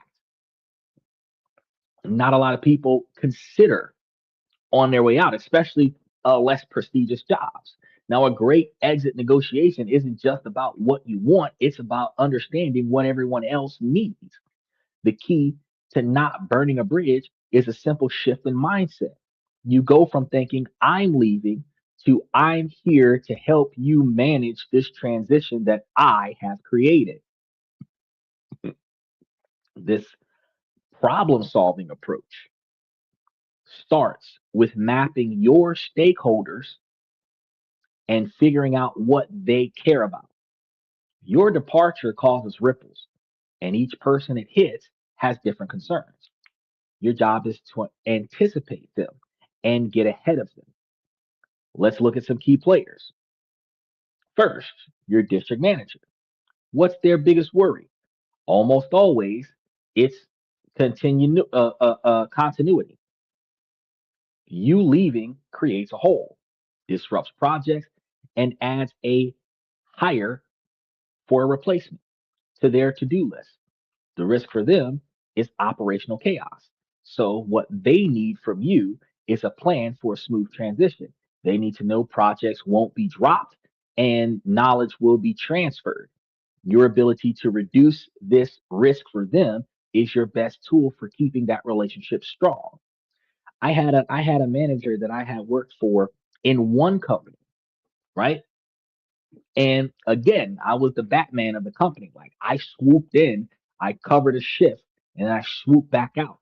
I was doing it so much that they called me a legendary employee specifically because they only found me in the midst of chaos and they could never figure out which store I would work in because I worked at 13 different stores in the company. And that actually put me in a position of working directly under the district manager, would actually put me in a store with a manager that was dealing with the conflict with the company, and that manager was on his way out. The reason why I talk about this is because not only did I come in and save the shift for this manager, I contributed to saving that manager's job on my way out.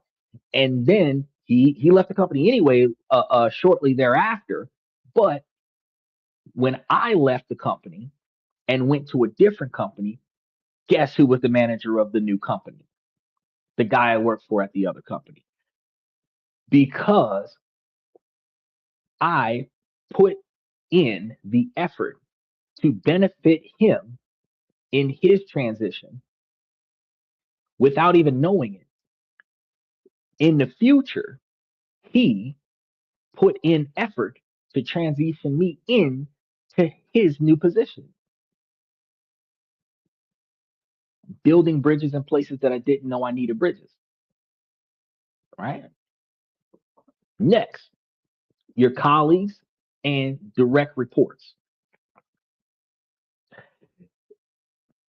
Their world is getting shaken up along with your district managers. They might be worried about inheriting your work, losing a valuable teammate, or just the uncertainty of it all. They care about fairness and support. The risk for them is burnout and resentment. To head this off, you need to show your commitment to a clean handoff and be transparent with your manager's blessing about the transition plan. So you're only supposed to talk about what y'all agree on talking about.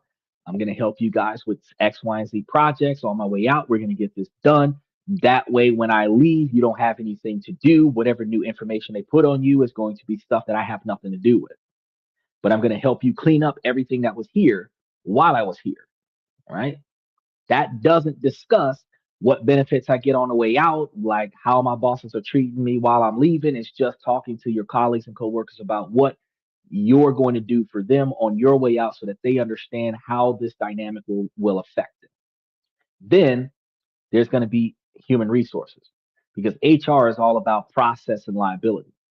They want to make sure that your exit follows company policies and the labor laws, that you get your final paycheck correctly. They're not going to give you your final paycheck the day that you stop working. They're going to give it to you on the next available payday, which I have always objected to, but it costs way more money than it is legally worth for you to be able to go and fight for the fact that you did not get your termination pay on the termination date. You got it the payday after. So if you're on a job, excuse me, that pays every 2 weeks, you work 2 weeks, you get paid on the third week.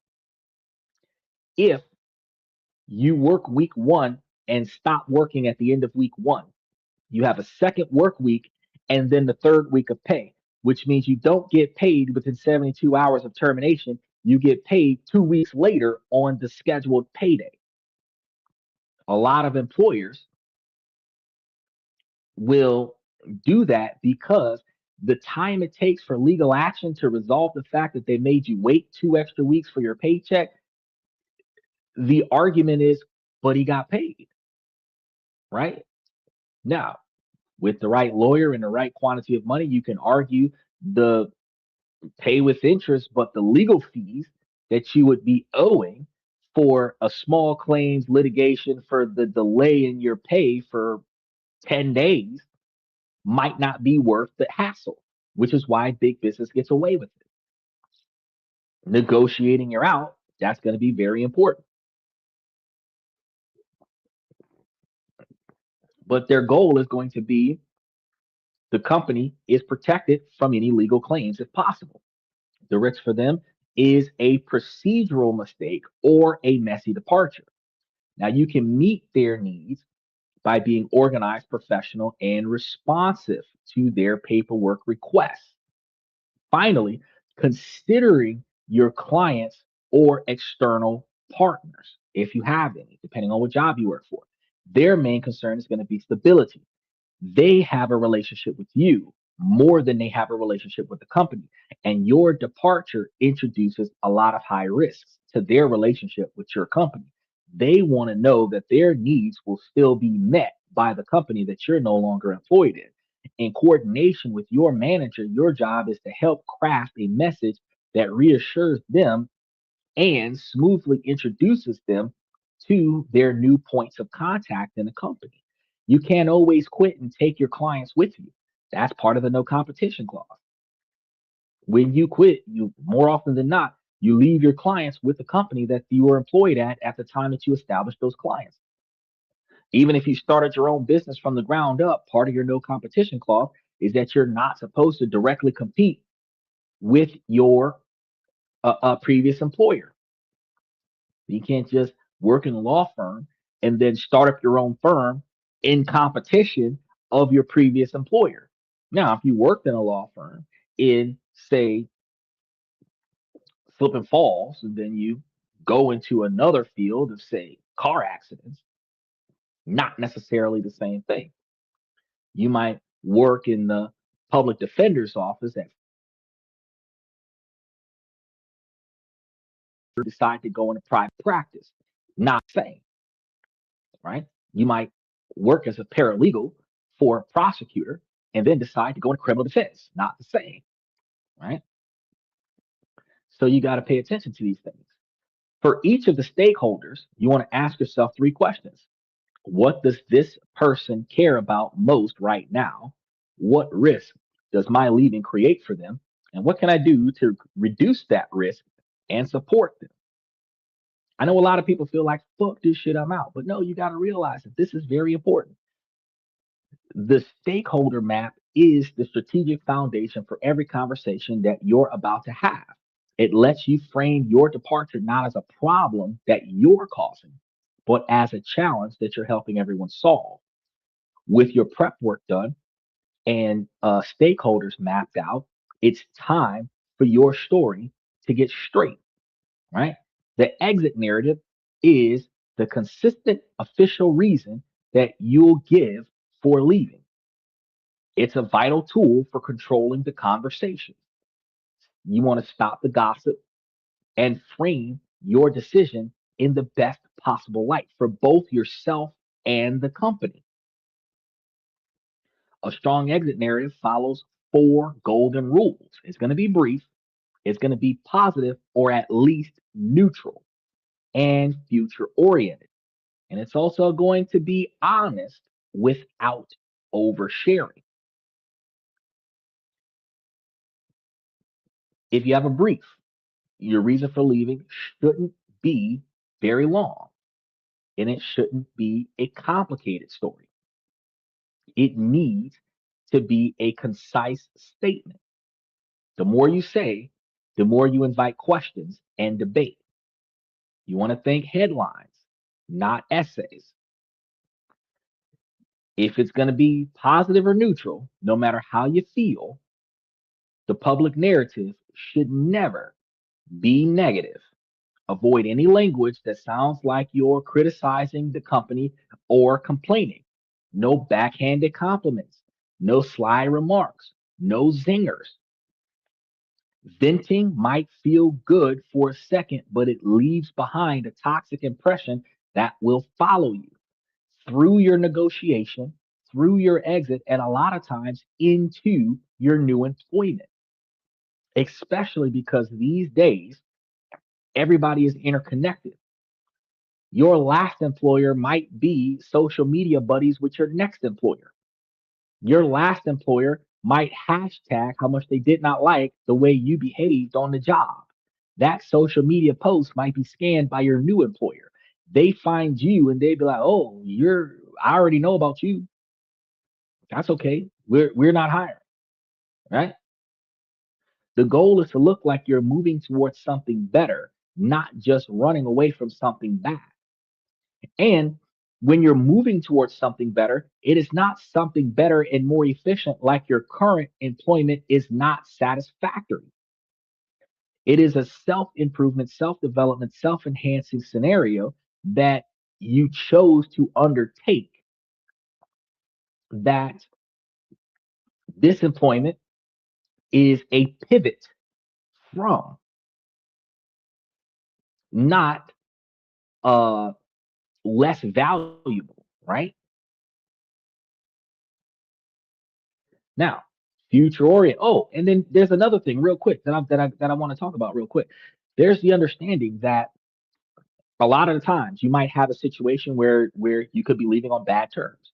It's a peaceful departure, but it's still bad terms. A lot of the times, if you have an overshadowing injury or something to that effect that could mask the departure, instead of articulating bad blood between you and the employer, it could simply be, I have a clearly documented and recognized injury that requires me to take time off from work. I'm going to rest and recuperate recover and reevaluate my employment status, right? If I'm leaving because I'm hurt, if I'm leaving because I'm sick, when I get healthy, I might not come back to this company, but I'm not telling anybody that I'm leaving this company because I don't like the way I was talked to about the boss, or the boss might have recognized that I'm fucking up too much and I need to start over somewhere else because I've been making too many mistakes over here. Instead of these conversations being the discussion of my way out, it's like, nah, he's out on injury. He's on injured reserve. And you be on injured reserve so long that you just forget, people forget that you're even on the payroll, and you just start up somewhere new. That is a reputation preservation tactic. Is agree with your employer as to the terms and conditions of why you're leaving. Because on the surface, what you tell everybody is not what you guys agreed to behind the scenes.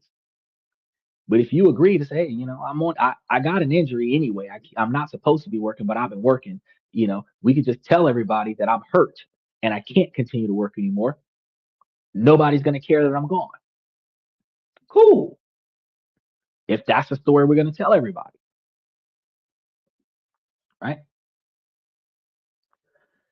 So the best narratives are going to be focusing on some of your next steps when you're leaving.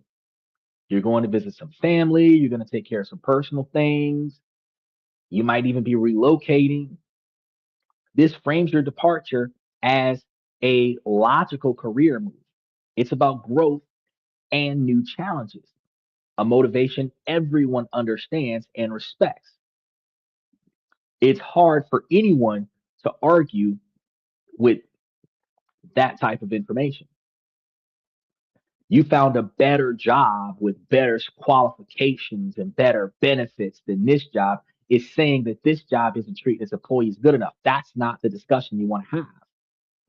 If you're dealing with a relocation issue because of personal reasons in your family, and you're going to be trying to find and this company does not have a position in that location, and you're trying to find another whatever in the area that you're going to, you're likely to be painting a narrative that I'm overcoming some challenges and some obstacles in my personal life and relocation is necessary. And it possibly may compel me to receive a new employment. So nothing against this job. If I didn't have this going on in my personal life, this job would be where I would stay because this is a fantastic job. You're painting the narrative that there's no beef between us, but I have no other choice but to go, and other people will respect that. Honesty without oversharing is going to be one of the best things that you're going to have to deal with. He says that sounds too much like people pleasing to me. I tend to keep it all the all the way funky. Well, okay, so Stephen, all of the stuff that I'm talking about is in fact going to be areas of people pleasing. It is going to be one step away from kissing ass. And the reason being is because this is what we call um, the collateral damage control. Your goal is to preserve your reputation as a person.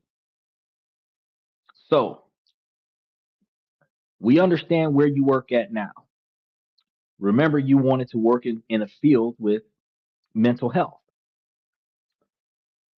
If your behavior in your current employment is received as negative and then transferred into the mental health field when you are trying to get started, it can become an obstacle for your ability to hit the ground running the way you want it to. And what will delay your ability to be successful is the quantity of people that are unwilling to work with you. Does that make sense? So the more people, because when you quit your last job, their ability to help you find another one, or at least not interfere with your ability to get another job, because you got to remember, every new employer wants to talk to your old employer about how well you worked. If your last employer is willing to agree to the fact that you did do certain levels of work, they didn't let you go because you were a bad worker. It doesn't matter why they let you go, but it wasn't because you were a bad worker. You were an excellent worker. They just didn't like your fucking attitude. They're not going to tell them the second part. They're going to tell them the first part. That allows you to move on to another job. But that only happens if you are mutual with your ability to not say nothing bad about your last job. If you go to your next job talking shit about your last job, that's like your new girlfriend talking shit about her ex-boyfriend. You're going to say that that's red flags. Most people are soured, whether it's a man or a woman doing it, they're soured about a person walking into a new relationship, complaining about their ex as if their ex is the only person that fucked up. But most people have nothing positive to say about their ex. They make it seem like their ex is the worst person in the world, which is bitterness and resentment, which makes you look bad. Because if this was the worst person in the world and you was with this person for an extended period of time, then aren't you the worst decision maker in the world? So in the breakup, if y'all are going to agree that it was a mutual separation, right? He was a great person. He was, he was kind. He was generous. He was this. It just didn't work out. We had different goals. We had different. We were in different places in our lives. One of us had to go out of state. We were in separate directions. With me being a night lifestyle and him being a day lifestyle. What we're saying is that it is not your fault that I left, or it wasn't my fault that you left. The circumstances didn't benefit us to stay together. So instead of me saying something negative about you to someone new, I am saying that we agreed that it did not benefit either one of us to maintain what we had. And I am moving forward to something that more benefits what I want, what I need, and what I'm capable of. So that isn't 100% people pleasing. That is ultimately articulating the ability to say, "Hey, yeah, I'm going to start working with you now, but I couldn't keep working with them because it no longer meshed well with my agendas. It did not mesh well with my lifestyle. It did not mesh well with my needs and my desires." But you have to articulate that in a fashion to where I am still reliable with the new employer. Because if it was all about just a random decision, that makes you an unstable employee. Because on a Friday, you could be like, fuck this job, Fridays, and just walk out on the shift. So you have to be able to articulate it as if it was a mandatorily, excessively necessary transition that was unable to be averted. But it was no bad blood against the company that you left from. Where most people hear that story and say, yeah, fair enough. I would have made that type of transition too under those circumstances. Like, for example, Jolin. Jolin is a roofer. He works in contracting. He broke his foot. He was out for 6 weeks. He was one of the managers of the company. Jolin could have had bad blood with the foreman. Instead of Jolin leaving that company and going to work for another company as, say, a painter or a driver, instead of claiming that the previous employer was shit, bad pay, no breaks, no benefits, blah, blah, blah, blah, blah, which is what we would have did back in the early 90s.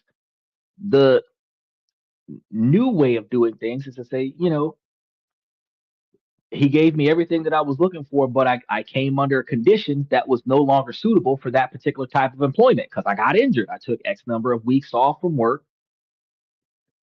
After I fully recovered, I'm healed, I'm 100%, I'm not a medical liability, and now I can go back to work, but I want to go back to work in a field that does not depend on the recovered injury.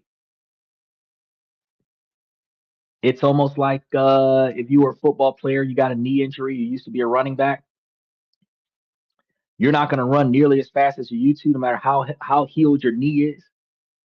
You may no longer play that position of a running back. You might uh, uh, uh, play a left end now. You might not play. You might play a backup running back. You might transition positions from the team that you was on when you got the injury, traded to another team that's less active, where you're still an overachiever, but you're an overachiever in a less active field. So your injury doesn't show because you're still outperforming your peers. You're just outperforming your peers on a lower level. That's what we're talking about here. We're talking about you transitioning in a way where you're not talking bad about the last team. You're just articulating that the circumstances were beyond our control to maintain the employment relationship that we once had. So your story should be truthful to some degree, but it doesn't need to be with the whole truth. You're not obligated to share every single detail. You want to find a version of the truth that fits all three rules. Well, actually, I think there's four rules, but all of the rules. So if you're leaving for a huge raise, you don't need to mention the money. If you're leaving because of a difficult boss, you don't need to mention or name the names, right? So look at a few examples that you can adapt. If you're leaving for a similar role somewhere else, you might say, I've decided to pursue an opportunity that's more closely aligned with my long term career goals in whatever field that I'm in. You know, it's uh, honest, looking forward, and doesn't put down your current job,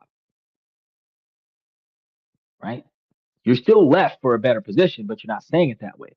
If you're making a big career change or starting a business, you might say something like, I'm excited to share that I'm making a career pivot to focus on whatever the new field that you're getting into, which has been a passion of mine for a long time. Or I've decided to take this moment to pursue my goals of building my own business. Now, you, Stephen, switching from the field that you're in right now at the warehouse to the medical field might actually use this exact same exit strategy that your current employer that gave you a shitty raise that you're going to quit with.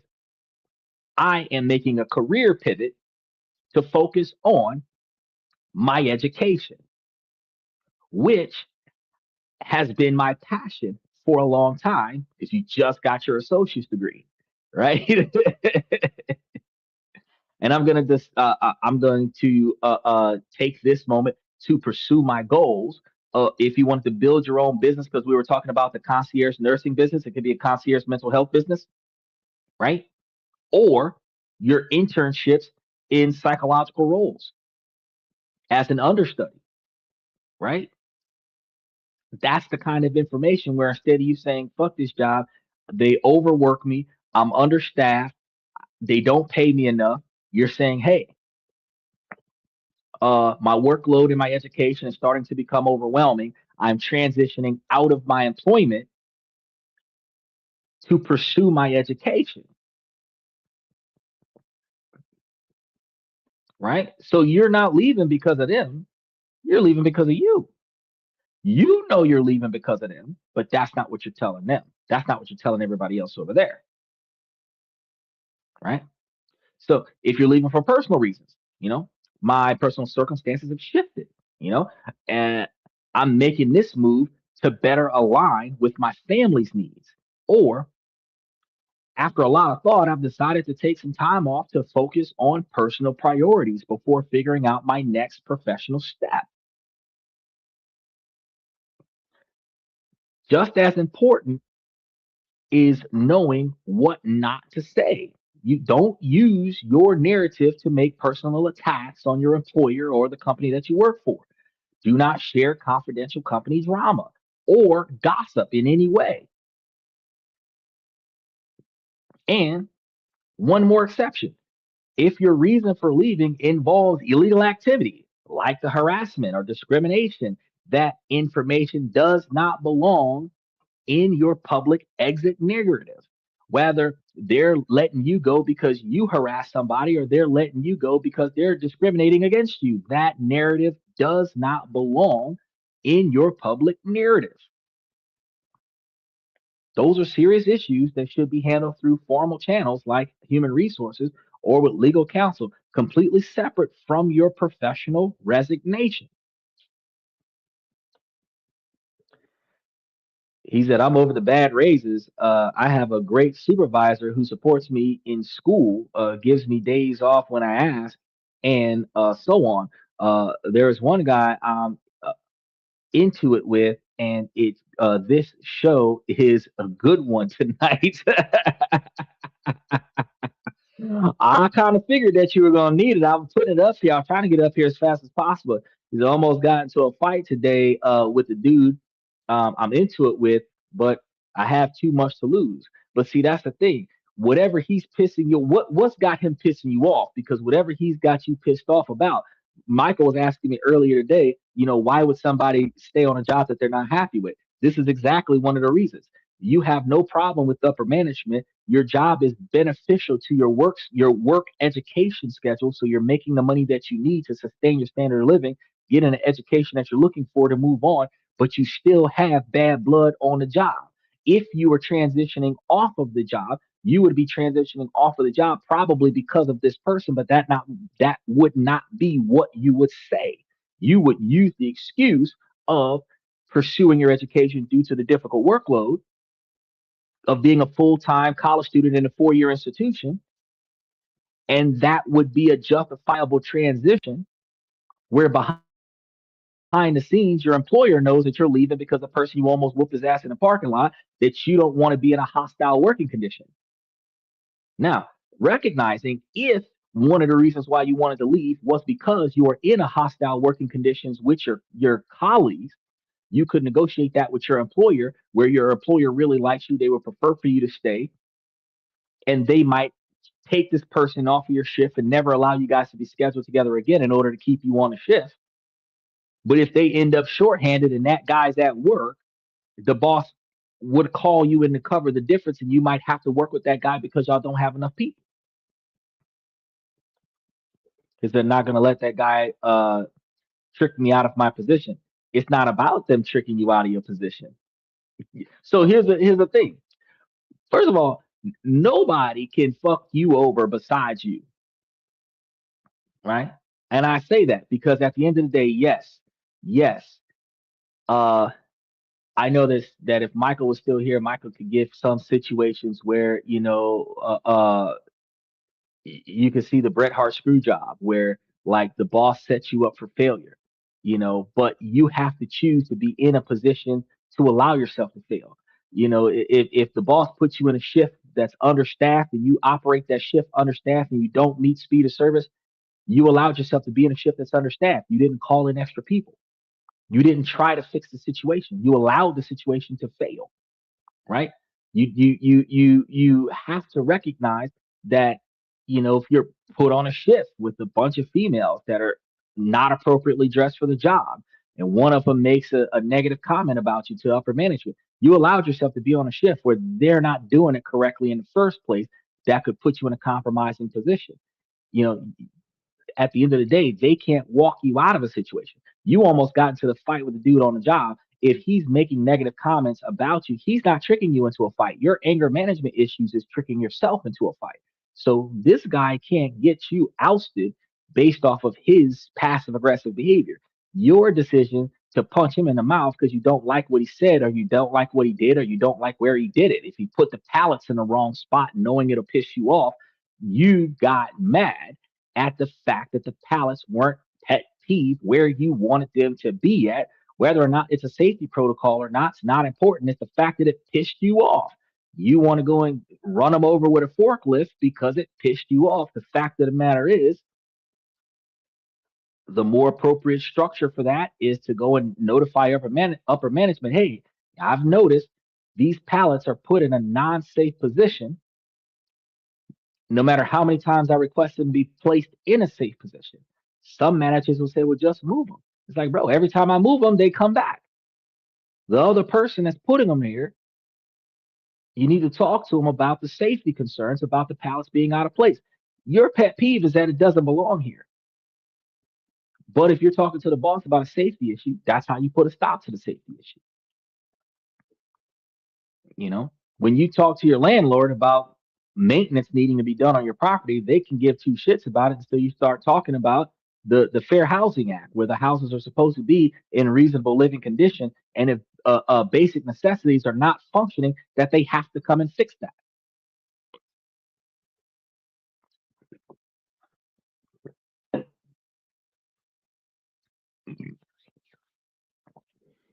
And this is going to be the part that's very important. You have to practice saying your narratives out loud. It should feel comfortable and it should sound like you in an intellectual fashion, in a professional fashion. This is going to be one of those consistent stories that you repeat calmly to yourself every day until you start repeating it to everyone who asks you. And this is going to be your anchor through the whole process. Who you tell, when you tell it, and how you tell it, it's going to be everything. Getting those sequences wrong is going to be one of the fastest ways to burn bridges because it's a sign of disrespect. The right sequence shows that you're respectful, strategic, and in control of the situation. For a typical employee, the sequence is pretty much non negotiable and follows a clear cascade. Step one, you talk to your direct manager, whoever you're um, directly over you in your employment. Your boss must be the first person to know what your beef is.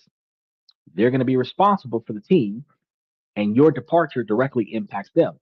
Telling them first lets them process the news privately and start planning things. Schedule a dedicated private meeting. Do not do this in the hallways of the job or over a group chat. A video call is going to be the next best thing to in person discussions these days. You can hit them with a Zoom or a Google Meets or FaceTime. You know, a lot of times the upper management got flip phones and they don't have FaceTime. So you might be able to get them with an audio call. Or if in the event that you come to the job and ask the boss to have a conversation with you outside, when you ask the boss to talk with you outside, they know it's important. It's not I want to have a talk with you in the office or can we talk in the back room in where the employees fester. No, I want to talk with you completely in the parking lot. That's when they realize that it's something serious. And that to start that conversation, to just walk up to the manager calmly, collectively, professionally, and say, "Hey, when you have a moment, can I have a talk with you in the parking lot?"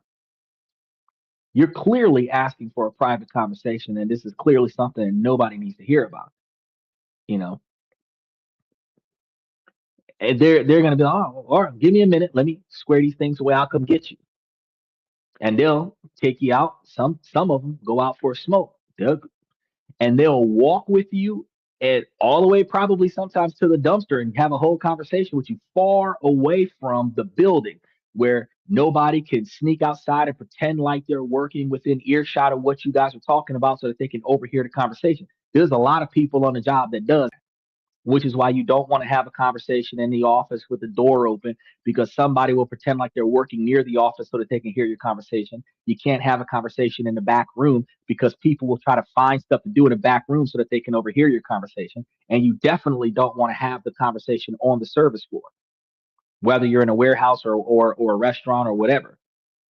You know, step two, human resources. After you've told your direct manager, your next step is usually going to human resources. Your manager will often guide this step. Human resources handles the official paperwork, whatever the final pay is, your benefits, returns of the company property if you have any, and the exit interviews. Following their process shows that you're a professional. Step number three is going to be closing colleagues and direct reports. Only after you and your manager have agreed on communication plans should you tell your immediate team. Your manager needs to decide how and when to share the news more broadly. When you do tell your colleagues, you want to use the same professional narrative that you prepared and reassure them that your commitment to a smooth handover is your intent. Then, step number four, the broader team and external stakeholders. The final step is the wider announcement, which might be team meeting run by your manager or farmer emails when you're sending out a email to the rest of the company, let them know that you're no longer going to be here. If you have external clients, work closely with your manager to craft a coordinated message that reassures them and introduces their new contacts. Like I told you guys earlier, for freelance or partnerships, this is going to be additional. The principle is going to be the same. You want to start with the primary decision maker in your contract, then cascade the information to others. Getting the sequence right is about managing information and respecting the relationships that you have. It does, like Steven said earlier, feels a lot like people pleasing, but it is preserving your reputation as a professional. If every engagement with a police officer was documented in a file where police officers can read that before they come and talk to you, no matter how bad they're mistreating you in this interaction, you are going to talk to them with respect. Yes, sir. No, sir. Yes, ma'am. No, ma'am. Even when they're talking down to you, because you don't want the documentation on file that you are hostile and non cooperative and potentially violent, which will compel other police officers to interact with you with extreme hostility and violence preemptively to subdue any perceived hostility and violence that they assume you're going to perform. One of the reasons why a lot of us were taught hands up when they arrive is because they don't need to assume that we have any weapons, right? We, even though we have the right to behave differently, we prepare for unnecessary behavior by misdirecting their ideas and their stereotypes by behaving differently from the gate. People who are afraid of their safety will put their hands out the window where the people are like, you don't have to do that. I know I don't, but I don't feel safe, so I'm doing it. Right. So that you feel safe. Because apparently, between the two of us, if I don't feel safe, that's too bad. But if you don't feel safe, I'll die. You know? So it's not just people pleasing, it's self preservation. Because we can Bernie Mac slap everybody we don't like. But if we're pegged as a violent person, nobody's going to cooperate with us, right? It's going to keep the rumor mill from spinning out of control, and it's going to let you own the narrative that you create from the start. Because the worst thing in the world that you want to have right now is an employer to go viral about terminating an employee. Y'all seen how all them, what was it, Chipotle employees, they got fired for doing the titty bounce dance thing on social media? I'm sitting over here looking like, why these females is doing this in the first place? First, it started off with a bunch of jits on school buses, and then the adults started doing it. I don't know why the parents weren't disciplining the children when the little girls was out there bouncing around like that. But then when the grown women started bouncing around like that, and it started culturally with the minority women, and then it phased into the non-minority women, and I'm like, oh Lord. I don't care if some men like that. I know that at the end of the day, this is degrading and devaluing behavior. And if it would have been standard operating procedures in a restaurant like Hooters or Buffalo Wild Wings, women would have been appalled by that, but they're voluntarily doing it as a TikTok trend. But the point is that the company fired these women for being inappropriate on the floor. That type of public termination damages your ability to get another job at another industry, because when that company does a public search on you, It shows that you publicly devalued yourself and did it in uniform and damaged the reputation of the company and got fired for it. So you can't control the narrative of why you left your last job. This is why I'm telling you that you've got to get ahead of the problem, communicate things with your employer, work out something that y'all can agree on that acknowledges that you're leaving, but under certain circumstances that certain shit doesn't get discussed. The resignation conversation with your manager is the moment that sets the tone for everything else. And this isn't confrontation. It's going to be calm. It's going to be clear delivery of the final decisions. Your goal is to be firm, respectful, and forward looking. So you remember the 5 part structure that works in almost any situation. It's direct, appreciative, and collaborative. Even if you don't appreciate what's going on, you want to set the framework. Start by signaling that this is an important conversation to them. Thanks for making the time. I want to talk to you directly about an important decision that I've made, especially if you're walking out on the job before they decide to get rid of you. Part two, you want to state the decisions clearly. Don't dance around it. State your resignation and propose last day. After a great deal of thought, I've decided to resign from my position and I'm proposing that my last day be next Thursday or 2 weeks from today. Give them that date. Part three, you want to be able to give your short explanation. Deliver your pre created exit narrative by creating it before you get there, but you want to keep that narrative brief. You're not trying to give them an autobiography of why you're leaving.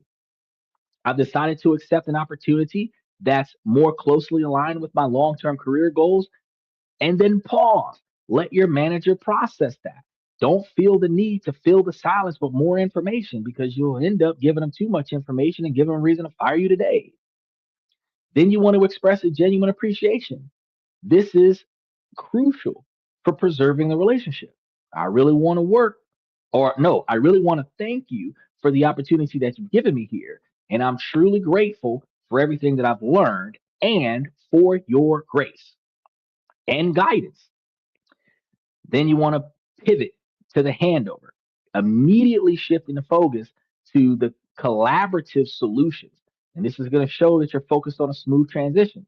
My main priority over the next 2 weeks is to ensure a seamless handover. I want to do everything I can to help, and I'm happy to start putting together a handover plan.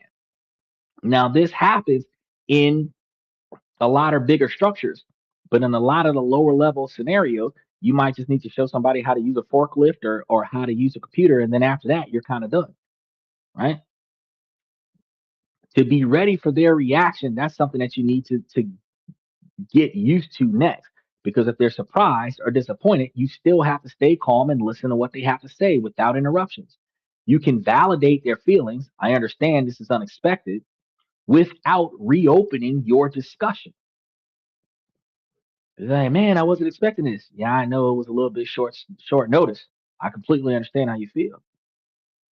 But you're not going to reinforce your previous statements by restating them a second time. You said what you said, and that's it. Be prepared for a counteroffer. Because if they try to convince you to stay, you have to listen respectfully. But if you did your prep work, you know your reasons are solid. The best response is appreciative but firm. Because remember, you're not relocating because you want a raise in this company. If they weren't willing to give you the raise, you don't want to continue having to offer to quit in order to continue to get raises. Because eventually they're going to treat you as unreliable and fire you randomly and call it downsizing. So if you're leaving because this isn't what you want to do, this isn't the kind of pay that you want to have, them offering you more money on your way out when they refuse to give it to you when you asked for it for the last 4 months, it's too late now to discuss that. You're going to now respond to them with, I'm incredibly grateful for that, meaning the offer that they gave you, the counter offer. It means a lot. However, I've made my decision based on my long term goals and I am committed to this next step. You're not flexing on this. By sticking to this framework, you maintain control. You deliver the news clearly. You show respect and immediately frame yourself as a partner in solving the problem of your departure because you're leaving whether they want you to or not, right? Now, while face to face conversations is the most personal part, the formal written documentation is what makes it official. And these documents create a clear record of your departure, protecting both you and the company from any misunderstandings down the road. The resignation letters for most employees is a formal resignation letter that maintains a standard position. You want to submit it to your manager right after your conversation, be it in a writing, a PDF file sent in a text message, or print it out, scan it, sign it. I would hold on. Yeah, print it out, sign it, then scan it. That's what I would do. Reason being, you print, date, sign, scan. The copy you gave to them is the copy that you have signed so that when if something happens legally after the fact, you have a date stamped copy of the documents that uh they didn't that they got that they didn't take into consideration. Now the resignation hold on, where was I? The golden rule here is to keep the resignation short and polite and professional. So you're not writing a whole book about why you're leaving. This is not the place for long explanations or any feelings. A simple, effective template would be the date, manager's name, their title, the company they work for, and you start the letter with dear, whatever the manager's name is. Please accept this as a formal notification of my resignation from my position as whatever your title is at whatever company you work for. My last day of employment will be whatever the last day you decide. Thank you again for the valuable opportunities that I've had here, and I have sincerely enjoyed my time on the team. I am committed to ensuring a smooth transition. Please let me know how I can best support the handover of all of my responsibilities. Sincerely, put your signature, type your name. That's it. This letter is clean and positive. It'll be placed in your employee file, which likely would be observed by whoever asked for your employee file. So think of it as a permanent record of your professionalism. You're not complaining about the guy who pissed you off on a job. You're not complaining about the lazy manager. You're not complaining about the hostile customers. You're not complaining about the dangerous work environment that you're in. You're making it clear that you're leaving. You're willing to help them transition someone else into your position. You appreciate their time. Have a blessed day. That's it. While verbal agreements can be disputed, a written record creates clarity. Just be aware that the letter itself doesn't bind your employer to extra benefits unless it's part of a separate formal written agreement. The contract notice that you would get for a freelancer. Your exit is governed by your contracts. Provide a formal notice of termination according to those specific terms that is written in your contract, referencing the termination clause and respecting the notice period time. If they say that you got to give 30 days or so many days before the project is over, you've got to give that notice before the project is over. You can't just give them a 30-day notice 2 days before you leave. You have to meet that time clock. Partnership exit terms is another thing you got to pay attention to. Exiting a business partnership is far more complex and should almost always be handled with a lawyer. The documentation is extensive and involves formalizing the valuation of your shares, your payment terms, and legal transfers of ownership. Regardless of the document, the principle is going to be the same. You're formalizing your exit in writing. A clean paper trail is the formal seal on a well executed departure. And this is going to be the heart of the playbook. Quitting isn't going to be a one-way street. It's the opening of a negotiation over the terms of your departure. This covers the four key areas. Like I said before, time, money, scope, and reputation. So Negotiating your time. Remember this: your period is often negotiable. 2 weeks is common, but you must pay attention that you can actually ask for 3 or 4 weeks. And this can be a powerful gesture of goodwill, right? Negotiate the money. Your baseline is getting everything that you're owed: final salaries, unused PTOs, any guaranteed bonuses. The true negotiation typically starts with your severance pay, right? Three, negotiating the scope. Your final weeks are for transitioning, not taking on new projects.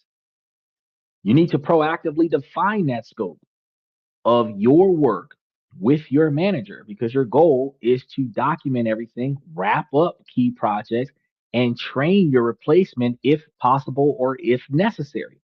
Politely pushing back on requests to start major new work. And you can frame it constructively like this: to make sure I create the best possible handover documents, I think it is best if I focus my remaining time exclusively on transferring my current projects and knowledge, right?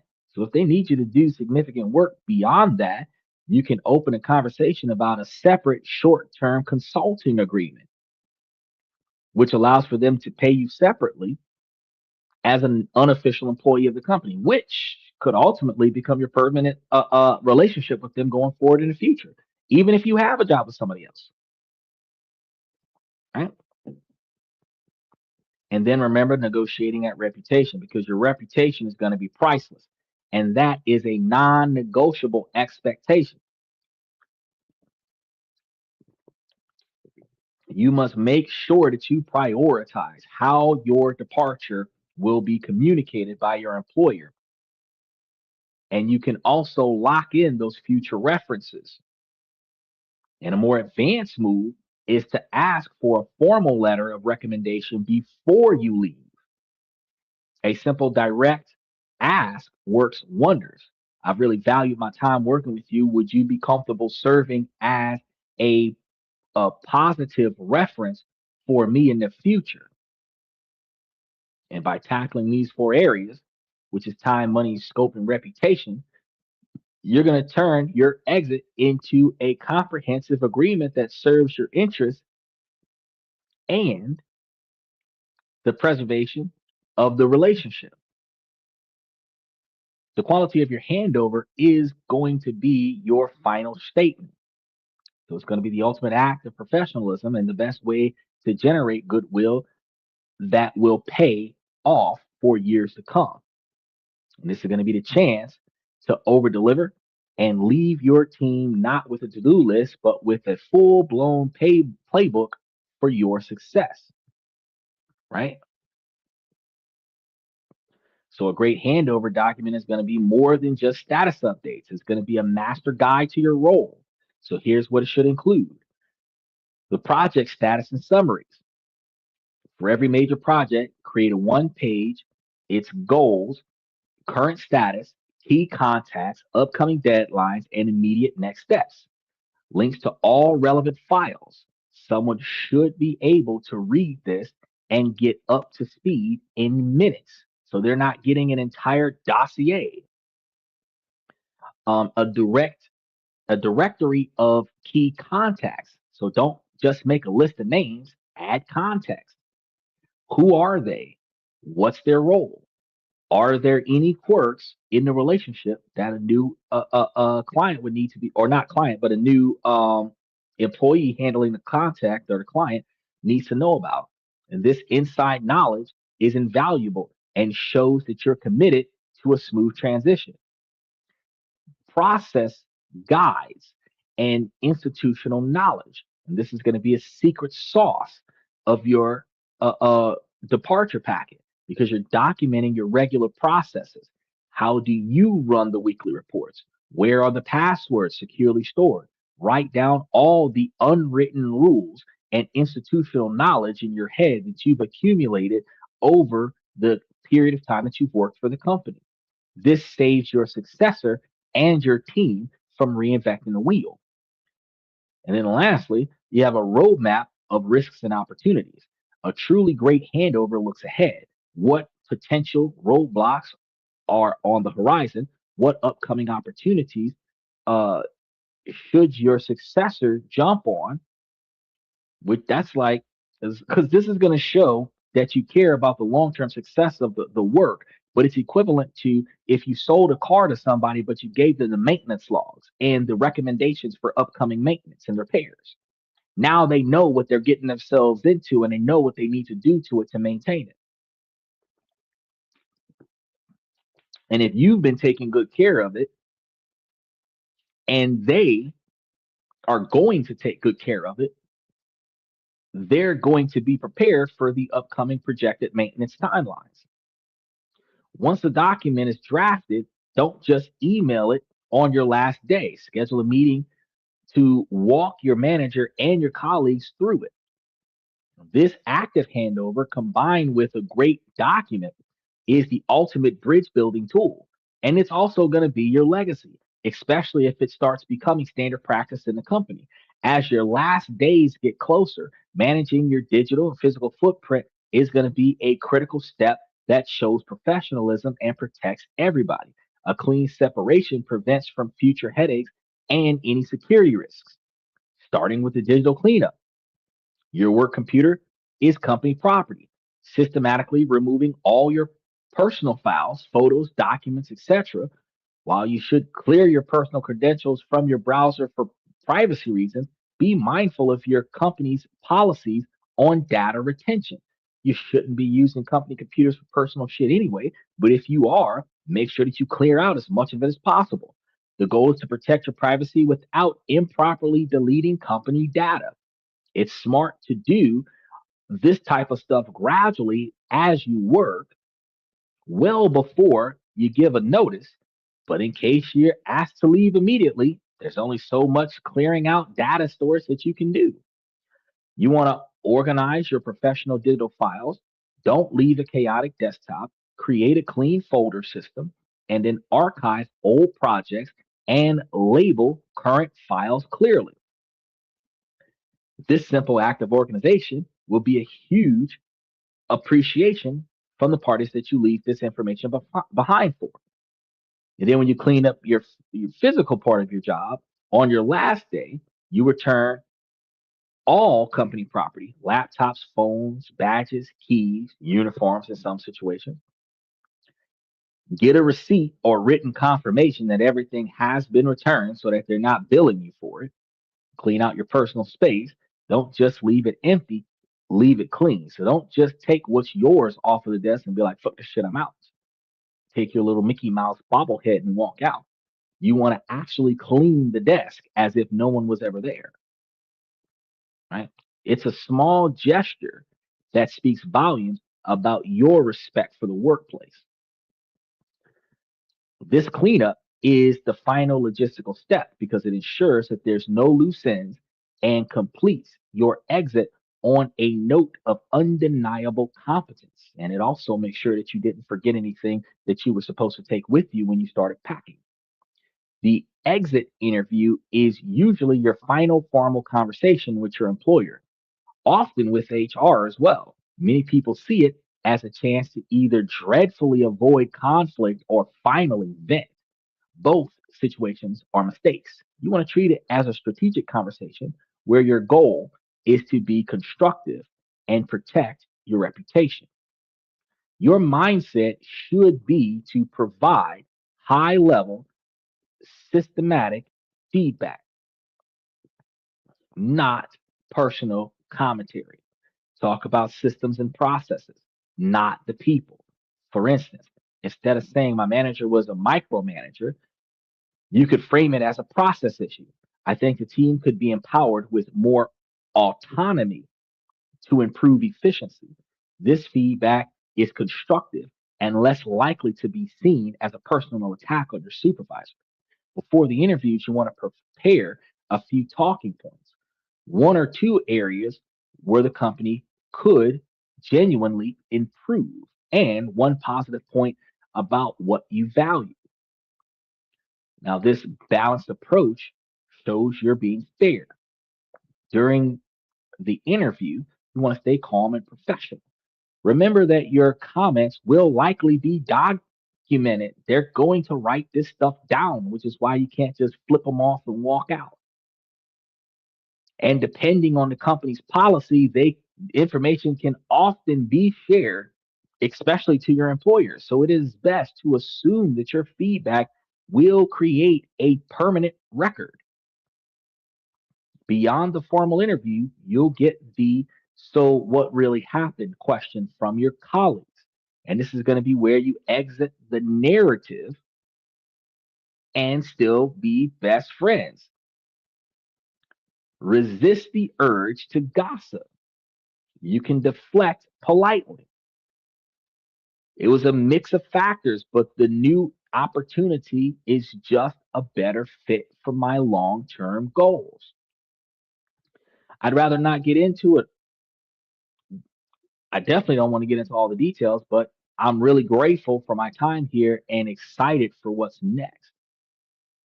You know, either way, by navigating both formal and informal questions in these fashions, you ensure your final words at the company are as professional as your first words. Now, a successful exit doesn't end on your last day. The job is over, but the relationships aren't.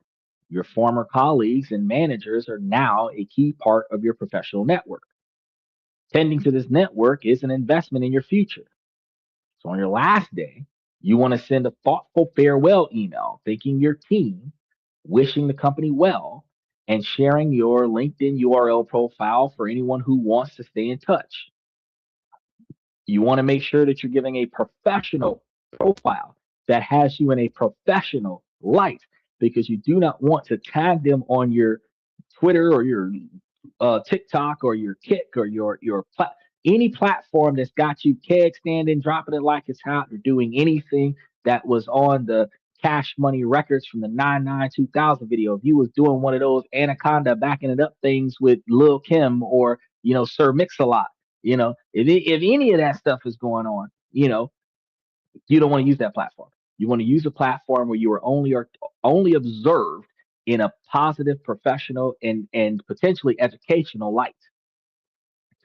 Once you left, make an effort to stay connected on LinkedIn more than anything else. Engage with their posts, congratulate them on promotions, and share relative insights.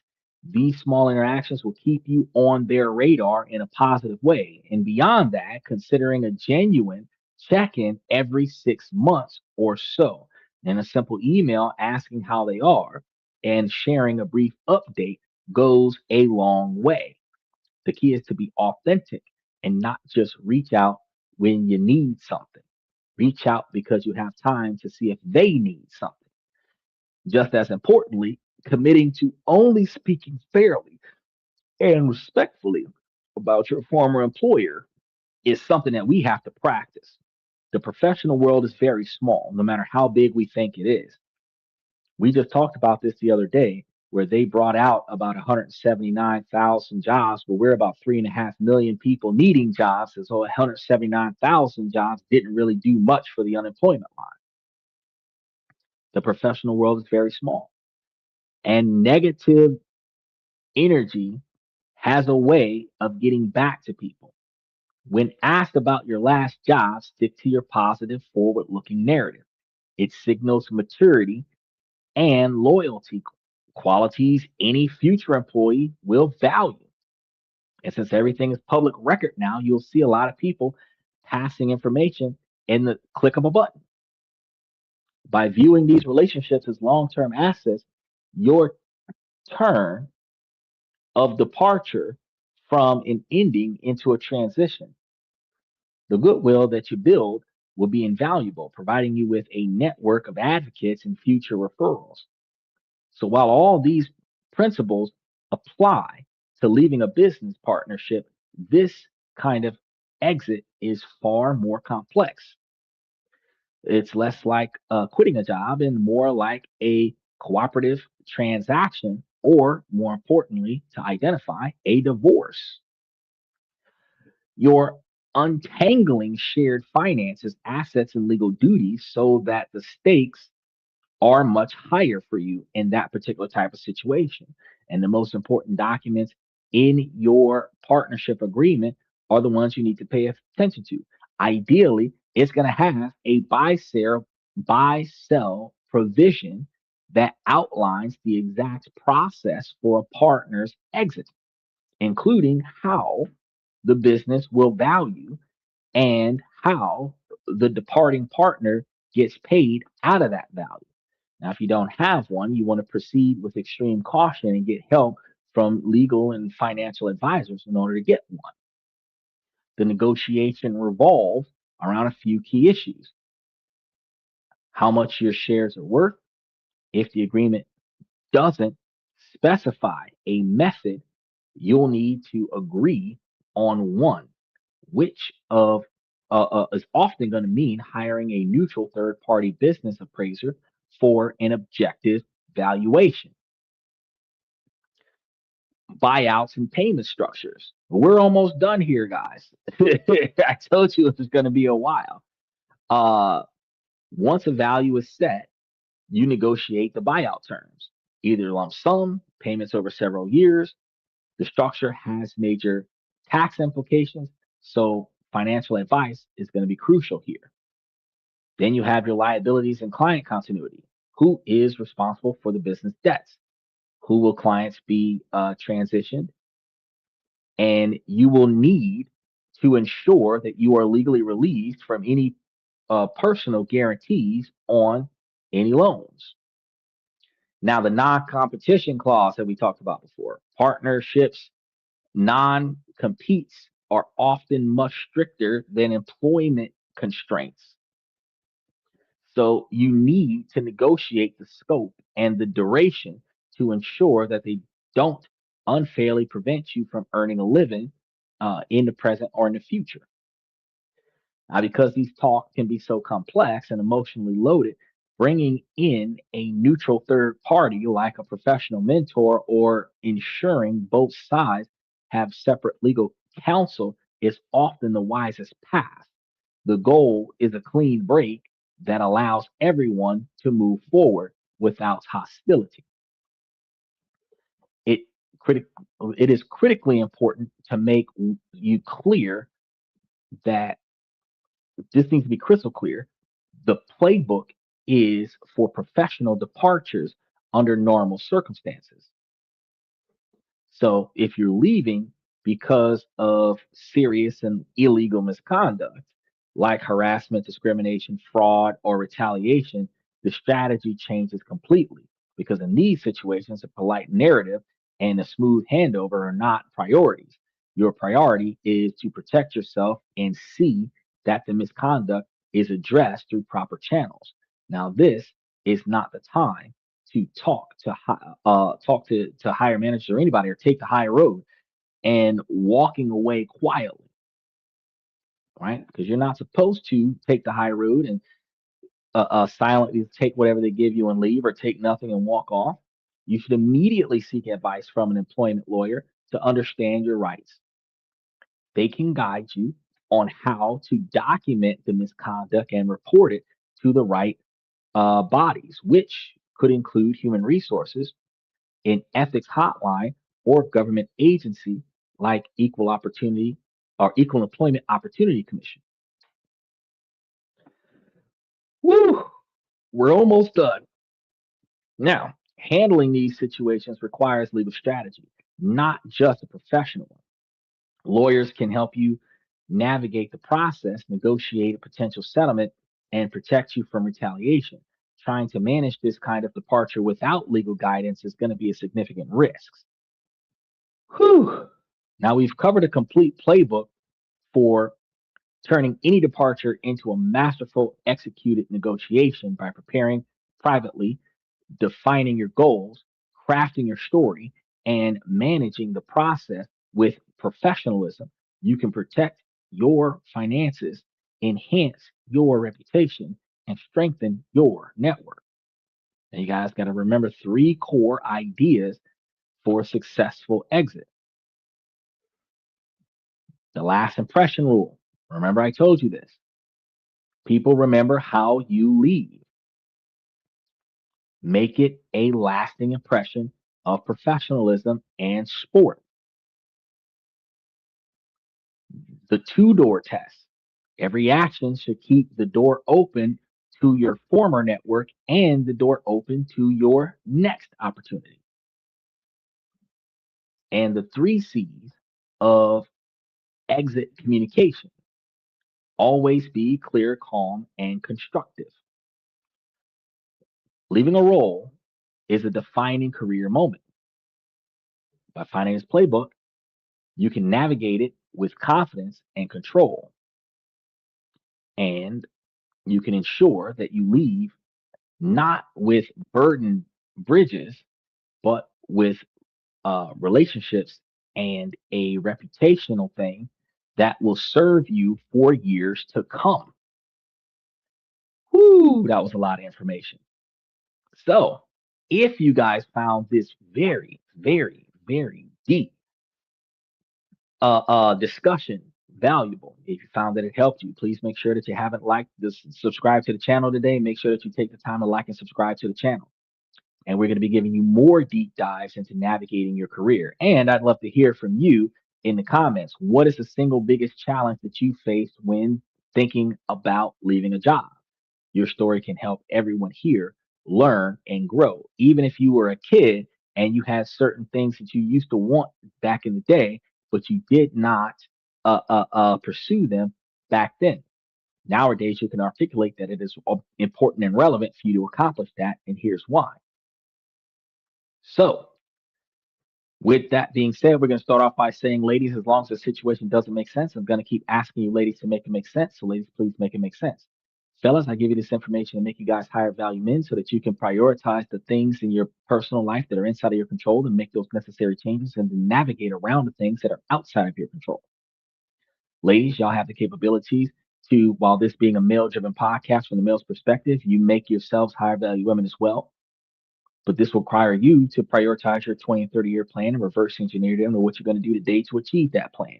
And then you want to pay attention to your potential suitors' personality, characteristics, and skill set and capabilities to determine their integrity, their motivation, to determine if they can achieve their goals and how well their goals mesh with your goals, right?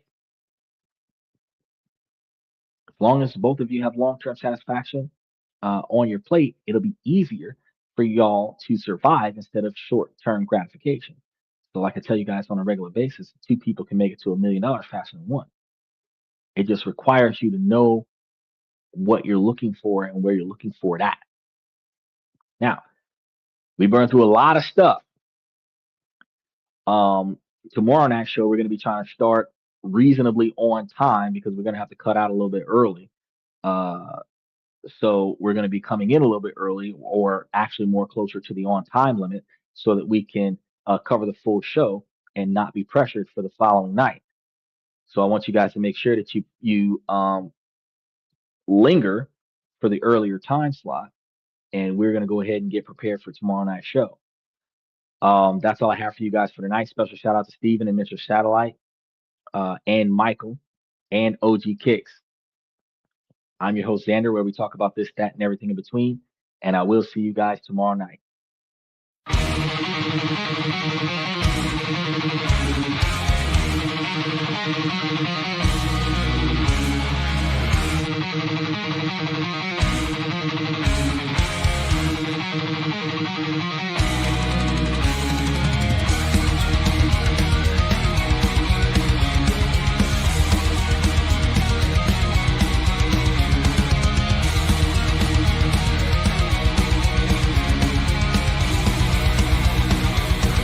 Higher ground!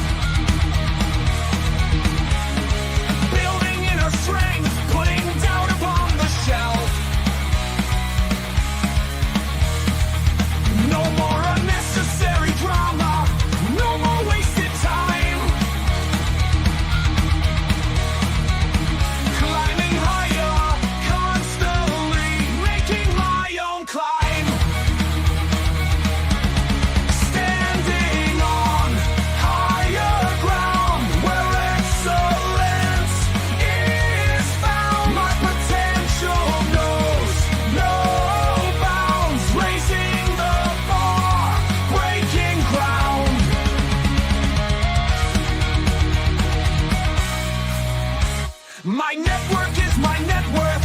Choose your company wise. Surround yourself with eagles, not with sheep in disguise. Every interaction is a reflection of my brand. Quality over quantity, that's my personal command. I'm not landing on higher ground where excellence is found. My potential knows no bounds, raising the bar, breaking ground.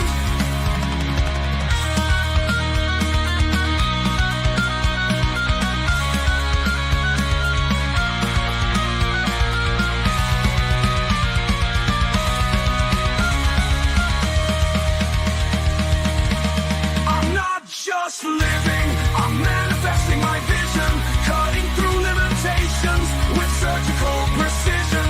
My expectations are my compass, my respect is my shield to mediocrity and chaos. I will never